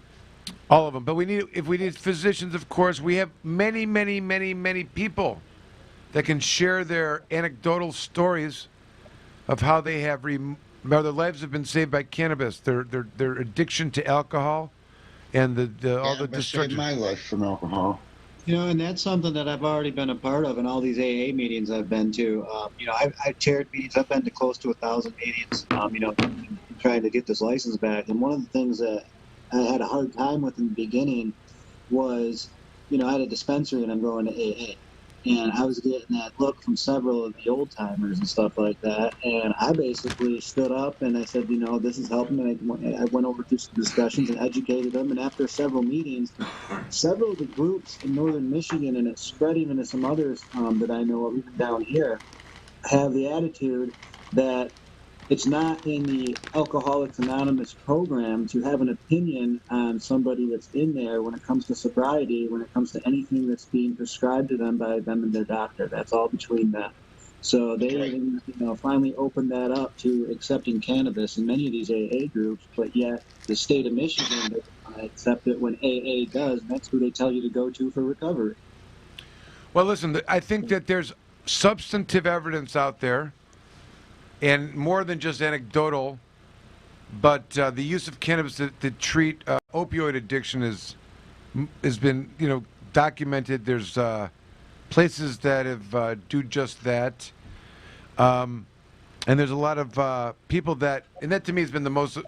Michael, from your experience at the, working with physicians, Amanda, the same thing. Most, if not all the persons that are, higher percentage, 75, 80%, chronic pain, seeking treatment other than traditional methods of opioid, which is a, endless road to, yes, unmitigated continued use. But the alcoholic issue and alcoholism and the disorders associated with that are, there's I don't know that, I don't know the state of it in terms of in the treatment community. I mean, I know that there's anecdotal. I mean, Chad, that's what we're saying. Like some maybe there may be some places that aren't as judgmental about it, but as a method of treatment, maybe not. I think it's coming around. There's some circles that it's being talked about, but it's certainly something that there's, there's some research out there supporting. We got to gather a group and we've got to put some things together.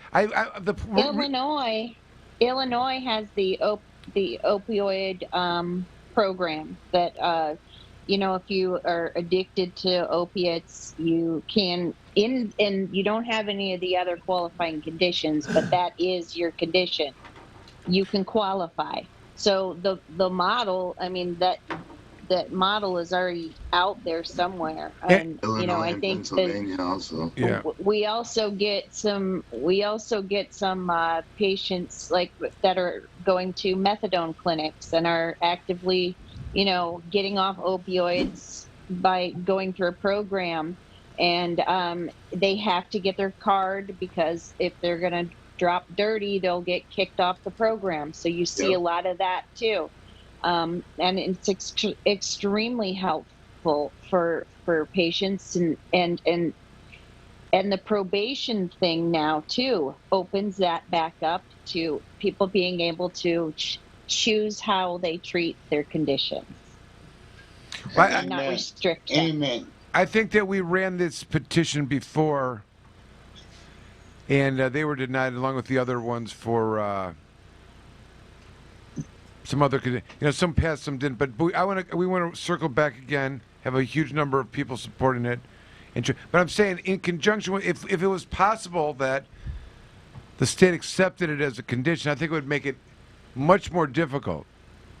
You know what I mean? It's like another thing in the building blocks to just take out this whole policy that the Secretary of State might still embrace by having it as one of the conditions on the. You know what I mean? Mm-hmm. Does it make sense? Sure. And I want to chime in because we've been talking about a long-term strategy here as far as adding conditions to change policy. Like, what can people do now? Like, this is the highest court has ruled on this. Like, they've all been notified. Is there, do we file a grievance against every PO and every judge? I mean, that doesn't acknowledge the ruling. I mean, this is law since 2008. Now we have the Court of Appeals that said follow the law. This is the way it's written. This is how it's interpreted. This is how it applies in the numerous court cases, but yet they're still not doing it. So what can we do now? Because this is affecting people's lives today. I would say to you that, there's two things that we're talking about. One is the immediate relief for the individual that's standing before the court getting the lack of, application of the law as it stands today. That is unacceptable. Their only answer is, if they're sitting there and it's being denied from them, first of all, the final holding is that they can't be punished or revoked from their probation. So if those things take place, the judge has violated the tenets of the law. Now, if they're ordering things on the record where the people's licenses are being taken, these are all things that are contrary to Section 4A. The status of the law. So what can one do, Michael? I said, and Alan confirmed this, and I'm going about this as advice with the least amount of need for resources whatever I'm saying to you and whatever I'm describing are not things that you're entitled to a lawyer for. Like, they don't appoint a lawyer for you for this kind of stuff. Right. When you're charged with a crime, that's when you get, right to counsel. But what I'm saying here is anyone that appears before any judge anywhere can certainly make their grievances known by reporting them to the Judicial Tenure Commission. Judicial Tenure Commission, JTC, is the watchdog of an oversight of the judges throughout the state of Michigan. And what happens is, with other types of agency requirements, is you go to the website, there's a form to fill out, who you are, what the incident was, blah, blah, and you can write a whole chapter, book, story, novel, whatever you want, and they will look at it, and if they believe it rises to some kind of merit, they will do some kind of investigation. They'll say, hey, judge, this person's complaining about you. What do you have to say? And there'll be some kind of dialogue there, and they'll decide if they cured it or if they've got to take some other action against the judge. And that's how it goes. There are different ways that someone can come, a judge can get into trouble, and one of them is this, and they may get sanction removed or other. Now, another way to do it is, and I think really that is a death by 1,000 cuts that I just described there for you, right? You know what I mean? Like, it's going to take a lot of, but it's easy. It's easy, and anyone can do it, right? So that's the beauty of it. It's, nobody wants to have to answer that if it's got substance to it, it's not frivolous. They're going to force a judge to answer it. But it is a long drawn up. Now, the other way to do it, you would think, is if there's one, in conjunction to that, let's say this one particular judge is called out, they do a judicial tenure complaint, and then you seek relief in a higher court seeking to have superintendent control take over. I think that kind of action is the final straw. Like, once that happens and that, gets elaborated on, and you have another court coming in, it's kind of like relieving them of their command at their post. You know what I mean? Like, because they're not following the rules, at least on certain particular topics. That's the impact that it has. It's not the norm. It's not the type of thing that normally happens. But I think that... but this isn't a normal situation. No, I mean, it may be something like that in addition to some kind of injunction to stop these things from taking place. I mean, I don't see any reason you couldn't get a preliminary injunction against the Secretary of State. Superintendent control. Mm-hmm. I'm talking about, and these judges, I mean, you see what I'm saying, Michael? It shouldn't have to go to this. You shouldn't need a lawyer. The law is the law. Judges are, I think it's going to be it's the judge that's denying it and then going into these other areas of Secretary of State stuff. Let's kill those two birds with one stone and get them. I mean, it's going to take some. Of course, none of this is legal advice. No, I'm saying I'm describing instead of everyone that's being everyone. This is not legal advice. We're describing. Michael Thue, whose case says this shit should be over, saying what the fuck else has to be done, and I'm saying to you. It shouldn't have to be. I shouldn't have to even think these things out. These brains should not be working to even try to think about what the remedies are when it's so simple and so clear and so profoundly clear as to how it's supposed to be by virtue of the highest court that's ruled on this. But what do you do? It doesn't matter if it's cannabis. What do you do when a judge isn't following the law? That's really the question. And what you do is you complain to the places and you appeal to the places that our system allows them to, right? I mean, that's what we have. And it shouldn't have to be that way.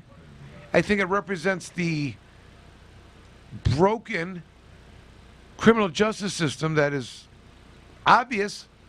It's more than obvious. I mean, you guys may be aware of this.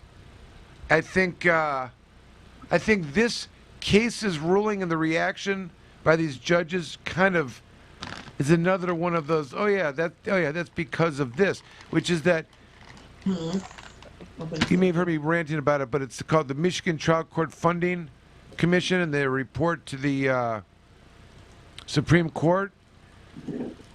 Amongst the judges that were on there were Thomas Boyd, who's now retired from the bench and serving as the state court administrator, top dog in the state. He's Bridget McCormick's selection as the chief judge of the Supreme Court to have someone to bring forward and recognize the need for radical change for what's taking place and what she agreed and understands as being described as a broken system. What do I mean by that? Gentlemen, the system, why would they fight this hard? Well, let me give you some statistics. You have Michigan's one court of justice, you got a circuit court, you got a district court, and they do business, so to speak. Fines are paid, motion fees, etc. But you take away the circuit court, the district court functions, and the budget needed to run their court is provided by, or comes from 80% of it comes from the litigants that appear in front of them. So so you understand what I'm saying? It costs them a certain amount of dollars to run their court. And in order for their court to stay open and pay the light bill and the computer and rent and whatever else they owe employees, they need to collect, of the 100 people that come before them per whatever, 80% of them, 80 of those 100, they got to get dollars out of their pocket to keep the lights on, okay? So as the Supreme Court Commission report, the trial court commission said as they reported to the Supreme Court, the system is broken. There's bias, if not actual bias, the appearance of bias. Who thinks that they get a fair shake in front of a judge who needs the dollars in your pocket to pay for his legal secretary, okay? It's like the old, taking away their biggest cash revenue, too, because cannabis is their number one revenue. So what I'm saying is you're dealing with a circumstance where they're already vulnerable, right? That can't be fair. There's the legitimate bias or appearance of bias that they have to struggle with. They've got to be super judge to not let the possibility that if they don't collect the money, their building's going to get shut down. So they have to be super judge and rise above. This is the environment we're in, and now you're going to tell them that what? We get kickbacks from all this drug testing we're doing. What do you mean I can't? Every time I find a violation, there's a lot of them for marijuana, I can't send them off to the county jail and get paid for the bed or whatever they do. You know what I mean? It's literally the industrial prison system at its worst. And the district court level, it's like its own island.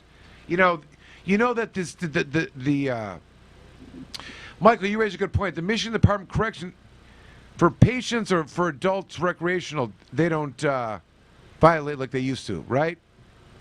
They don't test, I heard, on marijuana anymore. Okay, maybe because of hemp, they didn't want to bother with that. But the district court, but the Michigan Department of Correction is a state agency, right? They're more inclined to follow they should, state law. They're like kind of part of, and it's executive branch of the three branches of government. Unlike the district court program, which is the probation department for the district court is created by the district court and serves the district court judge. It's not like its own executive branch authority. Do you see what I'm saying? Like they do whatever the judge wants them to do. They're not their own independent. It's a facade. Like like there's a comparison of in felony court you got your probation department, and in district court you got your probation department. It's like the kangaroo court of drug court. They get to do whatever they want. In drug court. And now marijuana is not allowed in drug court. Still not allowed in our local drug court. Is that supposed to be any different because they signed on to do that program, that they give up their right to use medical marijuana? That's another one. Put this one on the list, Jamie. And Jamie, if you're still there, another one, or at least another one of these battles is going to be, you'd call it a drug court or sobriety court, Yeah. Right, and also vet court, because you know, like that's the other thing, like to let people into vet court, let them take it under advisement, and you know, you make it through, and they work with you. Like they have a lot of resources for that particular court, for obviously good reason. But I experienced it in Monroe. In the one person that was making we couldn't get anyone from the program. You know, it was interesting. You know, like I saw the whole budget scheduling, and there's actually a federal statement on this. Like behind all the budgeting for the funding from the federal government for these state, you know, vet drug court programs, there was some policy statement that said, yes, we understand that the purpose of treatment is to stop this and do this and prevent that, and it seems contradiction to federal policy to allow the medical use of cannabis in these programs, but we're going to do it anyways. Because the VA has been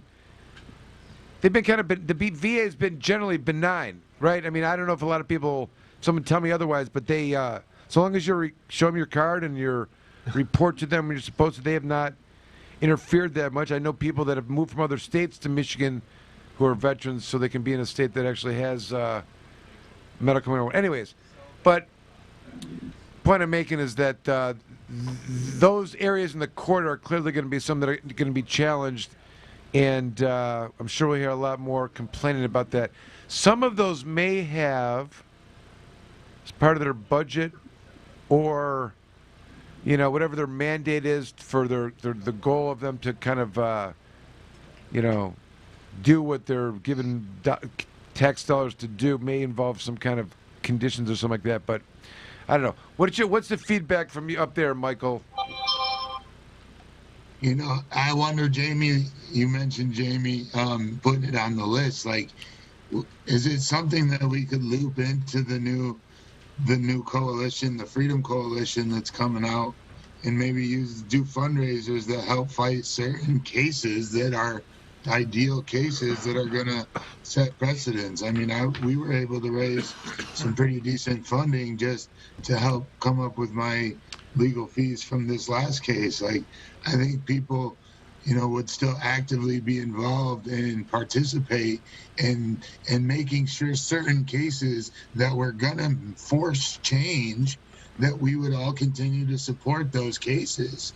You know, whether, you know, however that see fit, like whether we did it through the MMMA and raised money, or, you know, whatever, you know, vehicle that we used. I think that's something that, you know, we could really look at and consider, making sure, you know, you even mentioned the Coon case. You know, back then, I didn't know you yet, but I had brought it up to Matt Abel, like, because that case came out of Traverse City also, or Leelanau County, I think it was.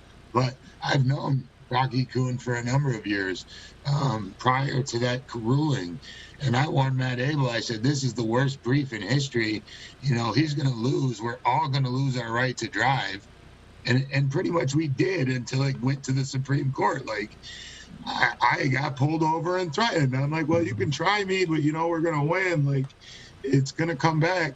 And, you know, but it needed to be properly represented. And those cases that aren't properly represented put us backwards instead of putting us forward.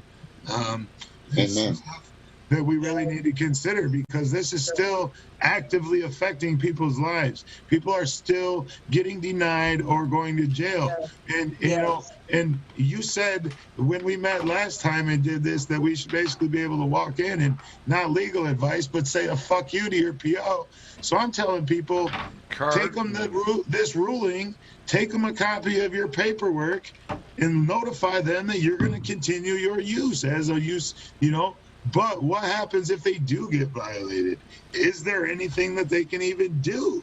Like, we stand there and make threats, but is there anything that can happen? Look, if they lock you up and they let you go on Monday, no. I mean, you're not getting. If you want to sue them, you can sue them. It's hard. You know, I'm saying to you, I'm trying to figure out the way that this can end. I don't think we should have to wait another 13 years to get a second ruling on this. It's been done. I think some immediate action has to be done. What do you do? I agree. Like, I've been, I've represented enough people whose lives have been decimated. Just a mere 10, 12, 8, 6, 4, 3 years ago. Some still lingering. Some even still issued in 2021 criminal charges for felony and felony firearm, marijuana, still going on. I don't even know, but clearly these issues here that are so unequivocal and clear need some. I'm not. Listen, Michael. I would never advise somebody to be put themselves, especially if they don't have a lawyer, in a situation where some kind of contempt or something like that. I know what the law is. You know how many times I've gone to court and I know what the law is, and I know the judge is not going to get it, and I've had to appeal them and do this and that. I mean, there's a civilized way, as much as we hate it, within the law. Sometimes it's slow. Sometimes people are penalized in the long way. I don't know. I told you guys a story that I had a murder in the first degree case from 2001. It was, we tried the case 1 month after 9/11. How old were you then? It was the craziest time in America. Can you imagine being a juror, scared out of your mind, wanting to trust the government? Anyways, 20 years later, I got a call from the Wayne County Conviction Integrity Unit telling me that I was right the whole time. They lied, they cheated, they stole, and they're setting aside the conviction from this guy that's been sitting in prison for 20 years. Now, I'm just saying, like, that's the system. Is that a good thing? Well, it's good that they got him out, but 20 fucking years is insane. What I'm saying to you is that... And nothing gets done. Nothing gets done to the system. Well... There's no repercussion. There's some dollars now that they've got carved aside for those kind of situations, but there was... like he had other cases that it did. Like, who the fuck gives a shit now that you got a life sentence? You know what I mean? So he pled those, which were all run concurrent kind of thing. So he had a reason to be there other than this fucking, terrible conviction. Anyways, but the point I'm making is there's a legal. I mean, this happens. I mean, they could be censored by the. They could be censored. See, what I'm saying is that when you've been in a courtroom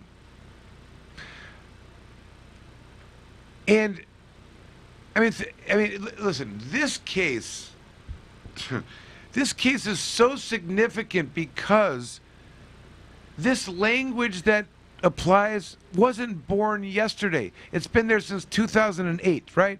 So the idea that it's so shocking and awe to these judges today, you know what I mean, that they can't bend off it, just shows you how out of touch they really are and how they have not applied the law from the very beginning. And if they have it in plain black and white in an opinion that says published,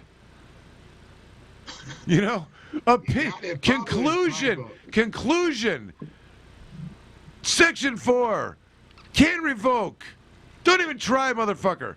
And they still are doing that, like, what does, so there's got to be, it just shows you that they don't care. They're in their little fiefdom. They're going to come with some other shit. They're probably conspiring about it. So what do you do? I'm saying there's going to be one, what I think is this, it's one, you take down one of these black-robed, diseased human beings, okay? And, the rest will get out of your way. They won't do it anymore. That's what I'm saying. One of them has to be dragged into some kind of public flogging. Public flogging is good one. Second one is some public censure where they have to apologize. Maybe there's a quick set down. I think, but it's.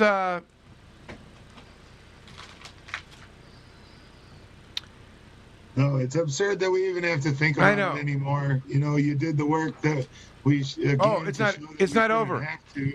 It's not over. But thank you so much for your work, Michael, and Michael, to you as well. Listen, we're gonna end up doing this, unfortunately, whether it's in the scope of the driving or the scope of some other patient that's been denied the right to use it, or someone that calls and says, "The judge said I can't drive now." or something like that, because I'm on probation for, if I want to use my medical cannabis, I can't drive because I'm on probation for retail fraud or something. You know what I mean? Like, it has nothing to do with anything. I don't know, but it's funny. So I know. I see we got Adam Brook.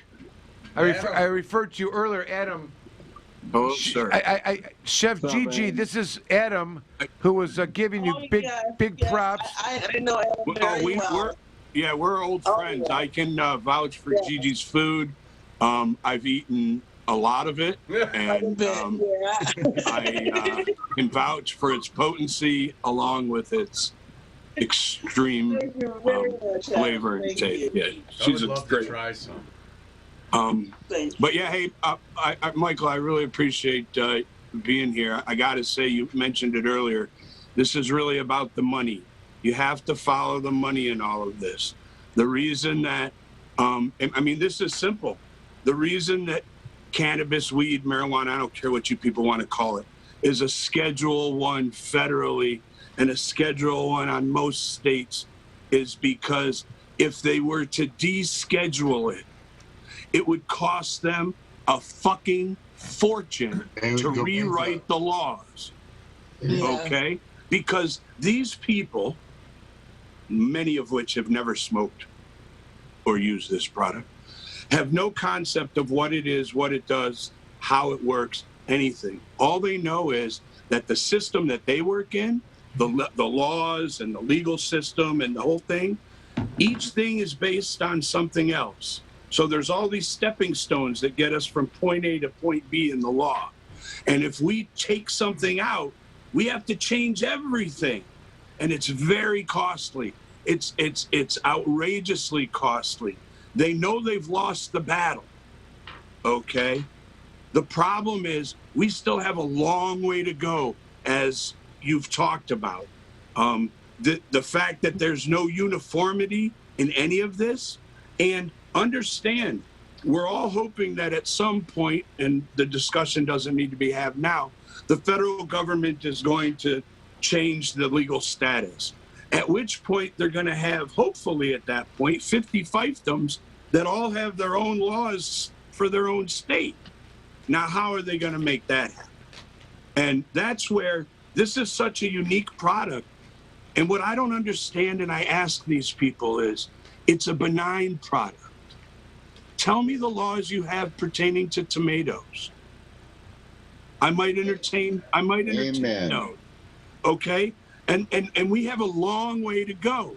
And the problem is, and I'm going to hold my tongue on some of this, but the problem is right now we have an industry that thinks that what they're doing is the proper thing. And it might be for the moment, but it's not in the long haul. And we have to come together as individuals and say, you know what? We all have different interests here. But the one interest that we have to have is we have to make sure that people are protected, that motherfuckers don't have guns pointed at them by people who think that they're enforcing some law over some benign substance. I mean, even if you throw a fucking tomato at a cop, he has no right to fucking point his gun at you. So why is weed such an issue? You know, and it's disgusting. People don't understand. Society doesn't understand. Yeah, the average black guy knows that if he gets pulled over and his car smells like weed, he's going to end up in handcuffs that night. That's how he was raised. Okay?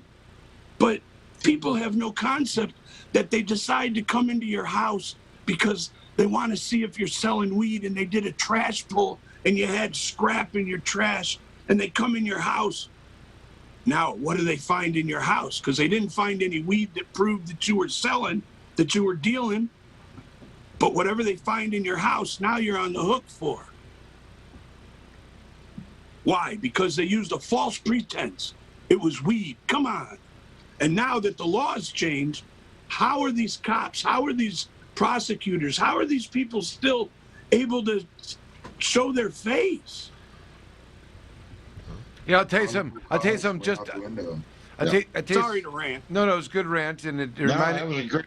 Thank you. Thank you, Adam. It reminded me of something that I I saw that there was a case. It was out of the Ninth Circuit, which is the California Federal Appeals Court, which reversed, or remanded a case for sentencing in the federal court because whatever the crime was that he was getting sentenced for in federal court, his prior crimes in state court were marijuana convictions for transporting marijuana, for delivery of marijuana, for possession of marijuana, and they utilized these in the guideline scoring in federal court to enhance his sentence, and he went and got sentenced. So now they're appealing. He's coming back now, and they said the use of these marijuana convictions in state court no longer mean the same thing now that the federal definition of marijuana has changed because of hemp. Correct. The problem, Michael, is I guarantee you every time there is a marijuana conviction, there's another conviction. Okay? If you look at my criminal history, it's beautiful.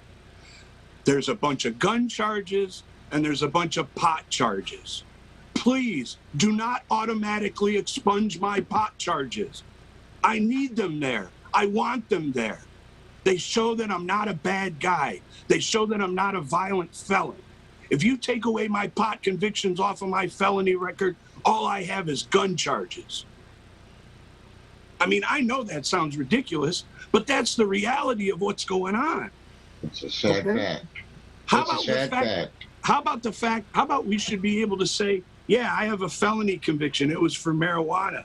And that should get you the job, not keep you from getting the job. How about that a felony firearm should be one of the expungible crimes because the underlying felony being marijuana is now a civil infraction, right? Shouldn't those things? Right. And at the end of the day, every single complaint we have right now, Jamie Lowell, could have been solved by a fucking attorney general opinion, if I might say so myself. Seriously, every single one of these things could have been laid down with the pen of an attorney general. I've been asked by Representative Robbie or Representative Irwin to espouse on whether or not the Secretary of State should still be. They can give an opinion about that. It's a fucking state agency. If she writes an opinion, they have to follow it. It's not the law of the land, but they have to follow it. She's not our friend. She's not our friend. Listen, she came at us and got votes from us, okay? I voted for her because she said she was a pro-weed person, okay? I think she's cute. Obviously, that doesn't matter. I think the governor's hot, smoking hot. That doesn't matter. She's as anti-weed as it comes. None of these people are doing anything for us. They claim all kinds of stuff, but with the stroke of a pen, both of these people could have changed all of our lives overnight. That's right. And they haven't done jack shit. And our job is to hold them accountable. Amen. They help some corporations is all with a couple strokes of their pen, and that's about it, not the people. Listen, those corporations pay them a lot of money. Don't begrudge them that. I mean, this is about the money. I guarantee you that if the 5 or 6 of us that were on this right now each put $1 million, if we had it, into a fund, and we hired a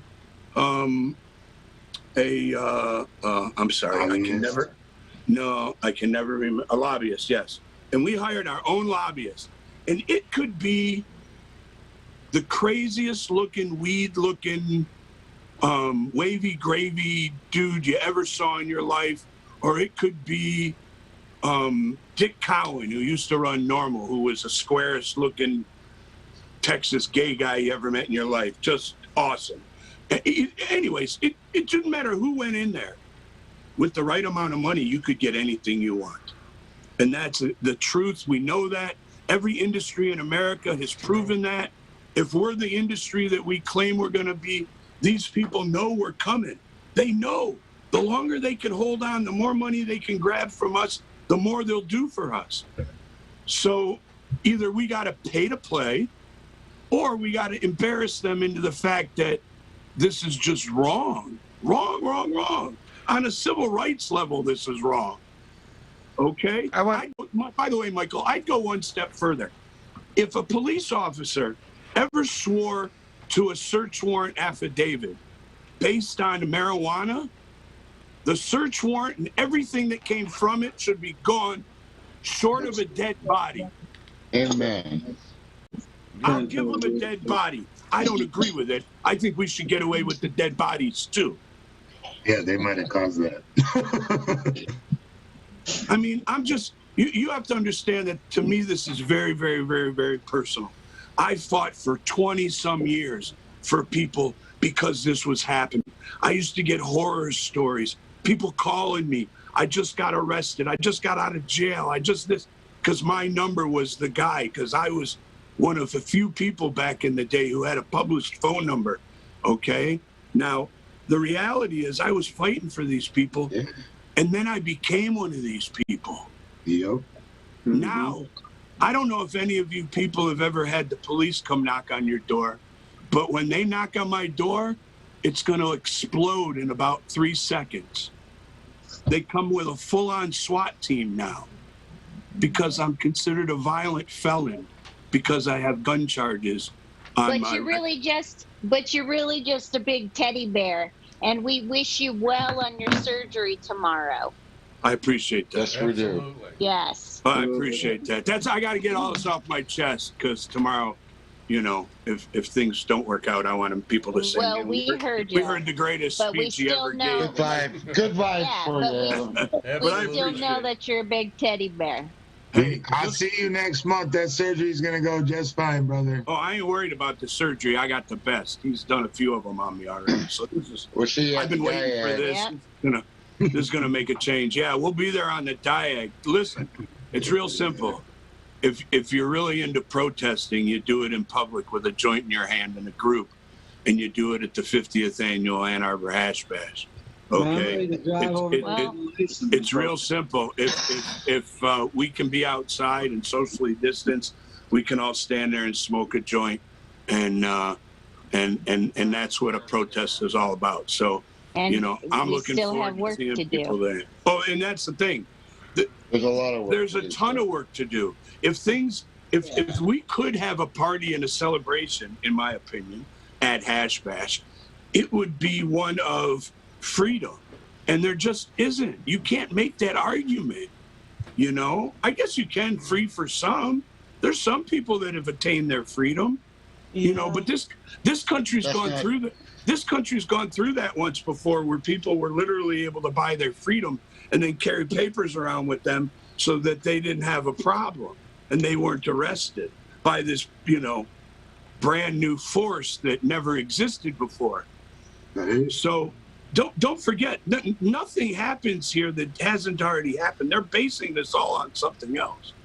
This is just, par for the course. Welcome to America. I'm a big fan, but I like the freedom.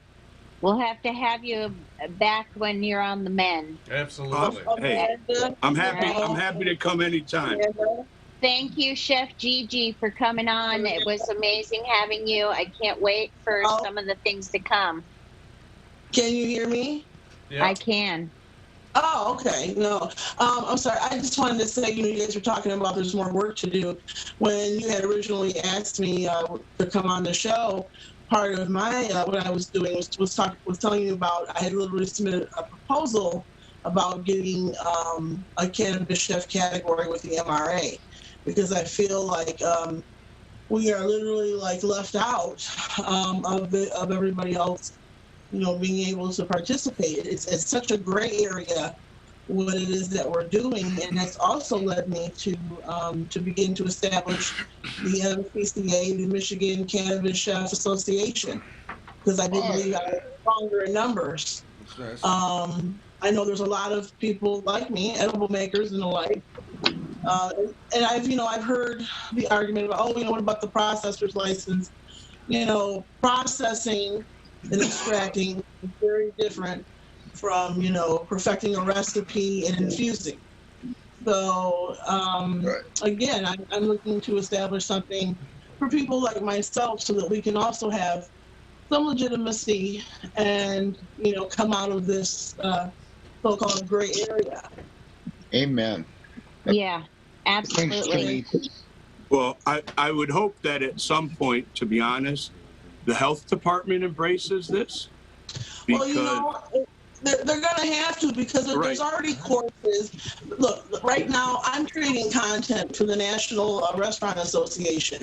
The American Chef Foundation has also hired someone to create cannabis courses. You know, with all of these consumption lounges that are about to open in Detroit, we already know this is going to become an issue. So let's get the ball rolling now, and let's start right now. Let's get proactive instead of having what we have right now, which is 10 years after it's been active, and now it's trying to be regulated, and you have all of this mayhem and all of this fallout.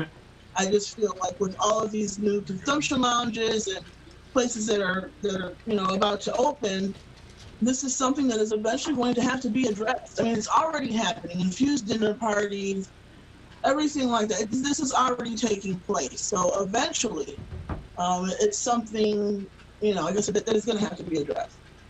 I agree. And I can't wait for one of the tastings at our show. We'll have to invite you in a couple of weeks, because I think we're able to have more people together now. So yeah, that'd be a nice spread, huh, Amanda? Yes, absolutely. I would love to just prepare some beautiful food for you guys and have a great time. It would be so fun. Yeah, let's do it. Thank you, John, for coming on. Always nice to see you, Michael. And thanks for having me. Nice to see you too, Chad. Absolutely. And of course, you, Adam. Well wishes. I appreciate y'all. Thank you. One last thing. Thank you so much. It was wonderful hearing your story tonight. I've read so much about you long before, just when we were doing the Cloud 40, all that stuff. I was reading so much about it, and thank you for, you know, everything that you've done. I wish you the best. And I wish you well too, Adam, with your surgery. Get well soon. Thank you. Oh, I will. I will. I appreciate y'all. Quick recovery, Adam, from all of us. Thank you. Thank you so much, and everyone for all of your work. Thank you so much, and thank you for having me. I really appreciate it. We enjoyed it. You have to come back and feed us. Yeah, maybe you do like a live cooking. Maybe you do like a live cooking show. Yeah, well, we'll put one plug out to all the caregivers in the state of Michigan, and please stand up and support the home grows. Flushing Township right now, I think it's next Wednesday or Thursday, there's a township meeting. They're going to try to strip away home grows in the state if we don't stand up for it. So hopefully the Michigan Medical Marijuana Association and the caregivers will get together and stand up and fight. Yes. And thanks for having me on tonight.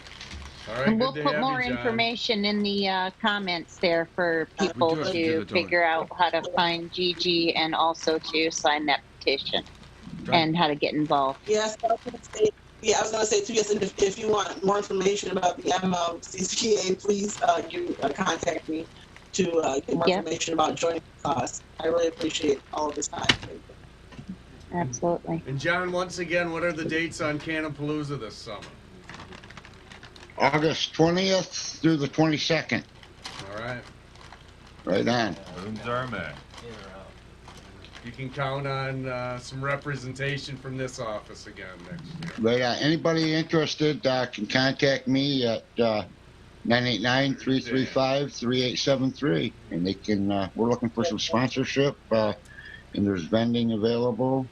Gigi, we'd love to speak with you, and of course. Yes. It's a real good time. What? You know I'll be there again. Right on, Michael. For information too, Michael, please shoot me something on IG or something. Everybody, please. All right. Thank you. Okay, thank you so much. Good night, everyone. All right. Thanks, Michael Komorn. Michael Thue, we didn't even talk about hemp. We're gonna you got to come back on again. We got to talk about hemp. Yeah, you're gonna be a regular. And you too, John. Chad, you too. Chad, if you don't mind also, why not? Come on. Yeah, just keep showing up. I'm down for that in-studio food. Yeah. That'll be the hemp issue. There you go. Chad, me and Steve at least threaten 3 times a week to come down and see you at your store. Yeah, so we're just going to we keep talking about it. I mean, I can't. So I can't get out of here. It's like, look at it, it's 11 o'clock. Chad knows he They're gets still my here. threats by text when I'm Right. coming, and then, well, then maybe I'm not coming. It's all good. It's all good. All right. Listen, thank you, everyone. Enjoyed it very much. Be safe, and we'll see you guys next time, next week. All right, sounds good.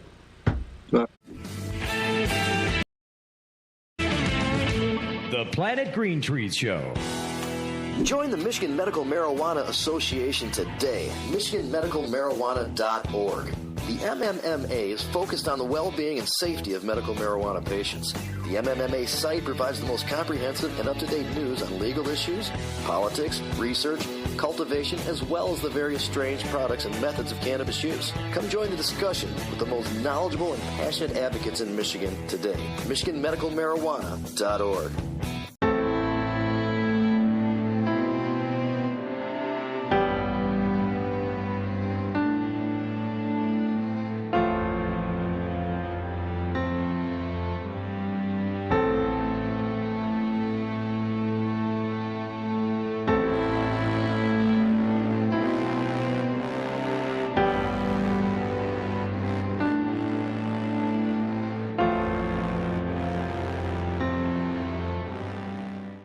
Before you plead, call me, Attorney Michael Komorn.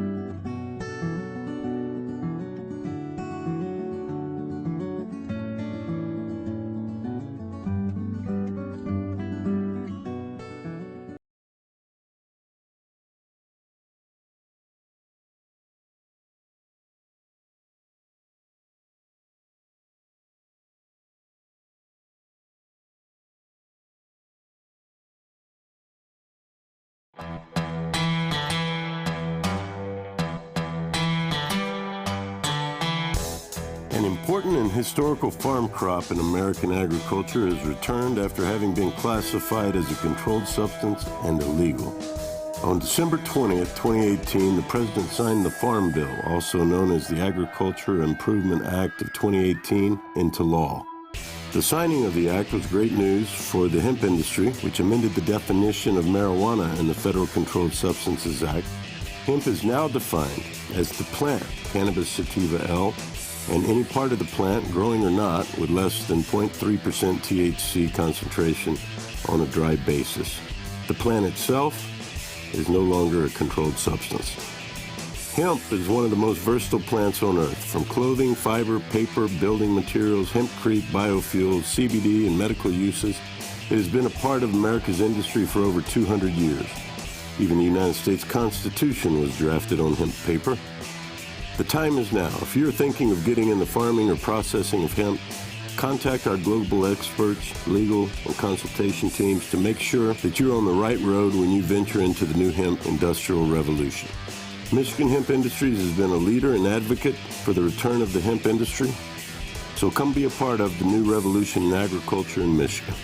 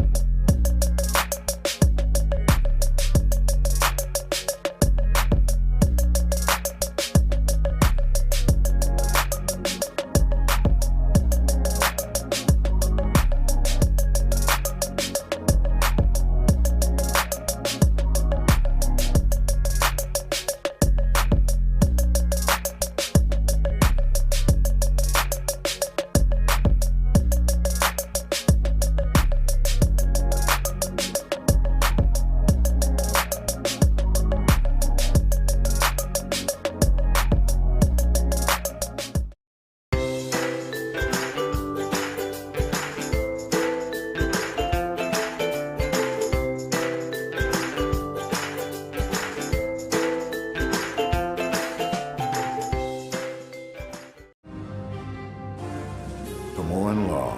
Michael Komorn is one of the top attorneys in Michigan that has experience and dedication in criminal defense law. Komorn Law can take your case from arrest all the way from trial, appeals, and even to the Supreme Court. The team at Komorn Law has the compassion and the experience you can look to for help in your time of need. Komorn Law has over 25 years experience in criminal defense. We have accomplished numerous legislative changes through community involvement and lobbying. Our award-winning law firm has a reputation like no other for keeping overreaching government accountable and in check. We have built Komorn Law for people who need lawyers to stand up to the system, fight back and win. Once we become your lawyer, you become a part of our family. Don't settle for less, just ask our clients. Komorn Law, the best damn criminal defense lawyers, period.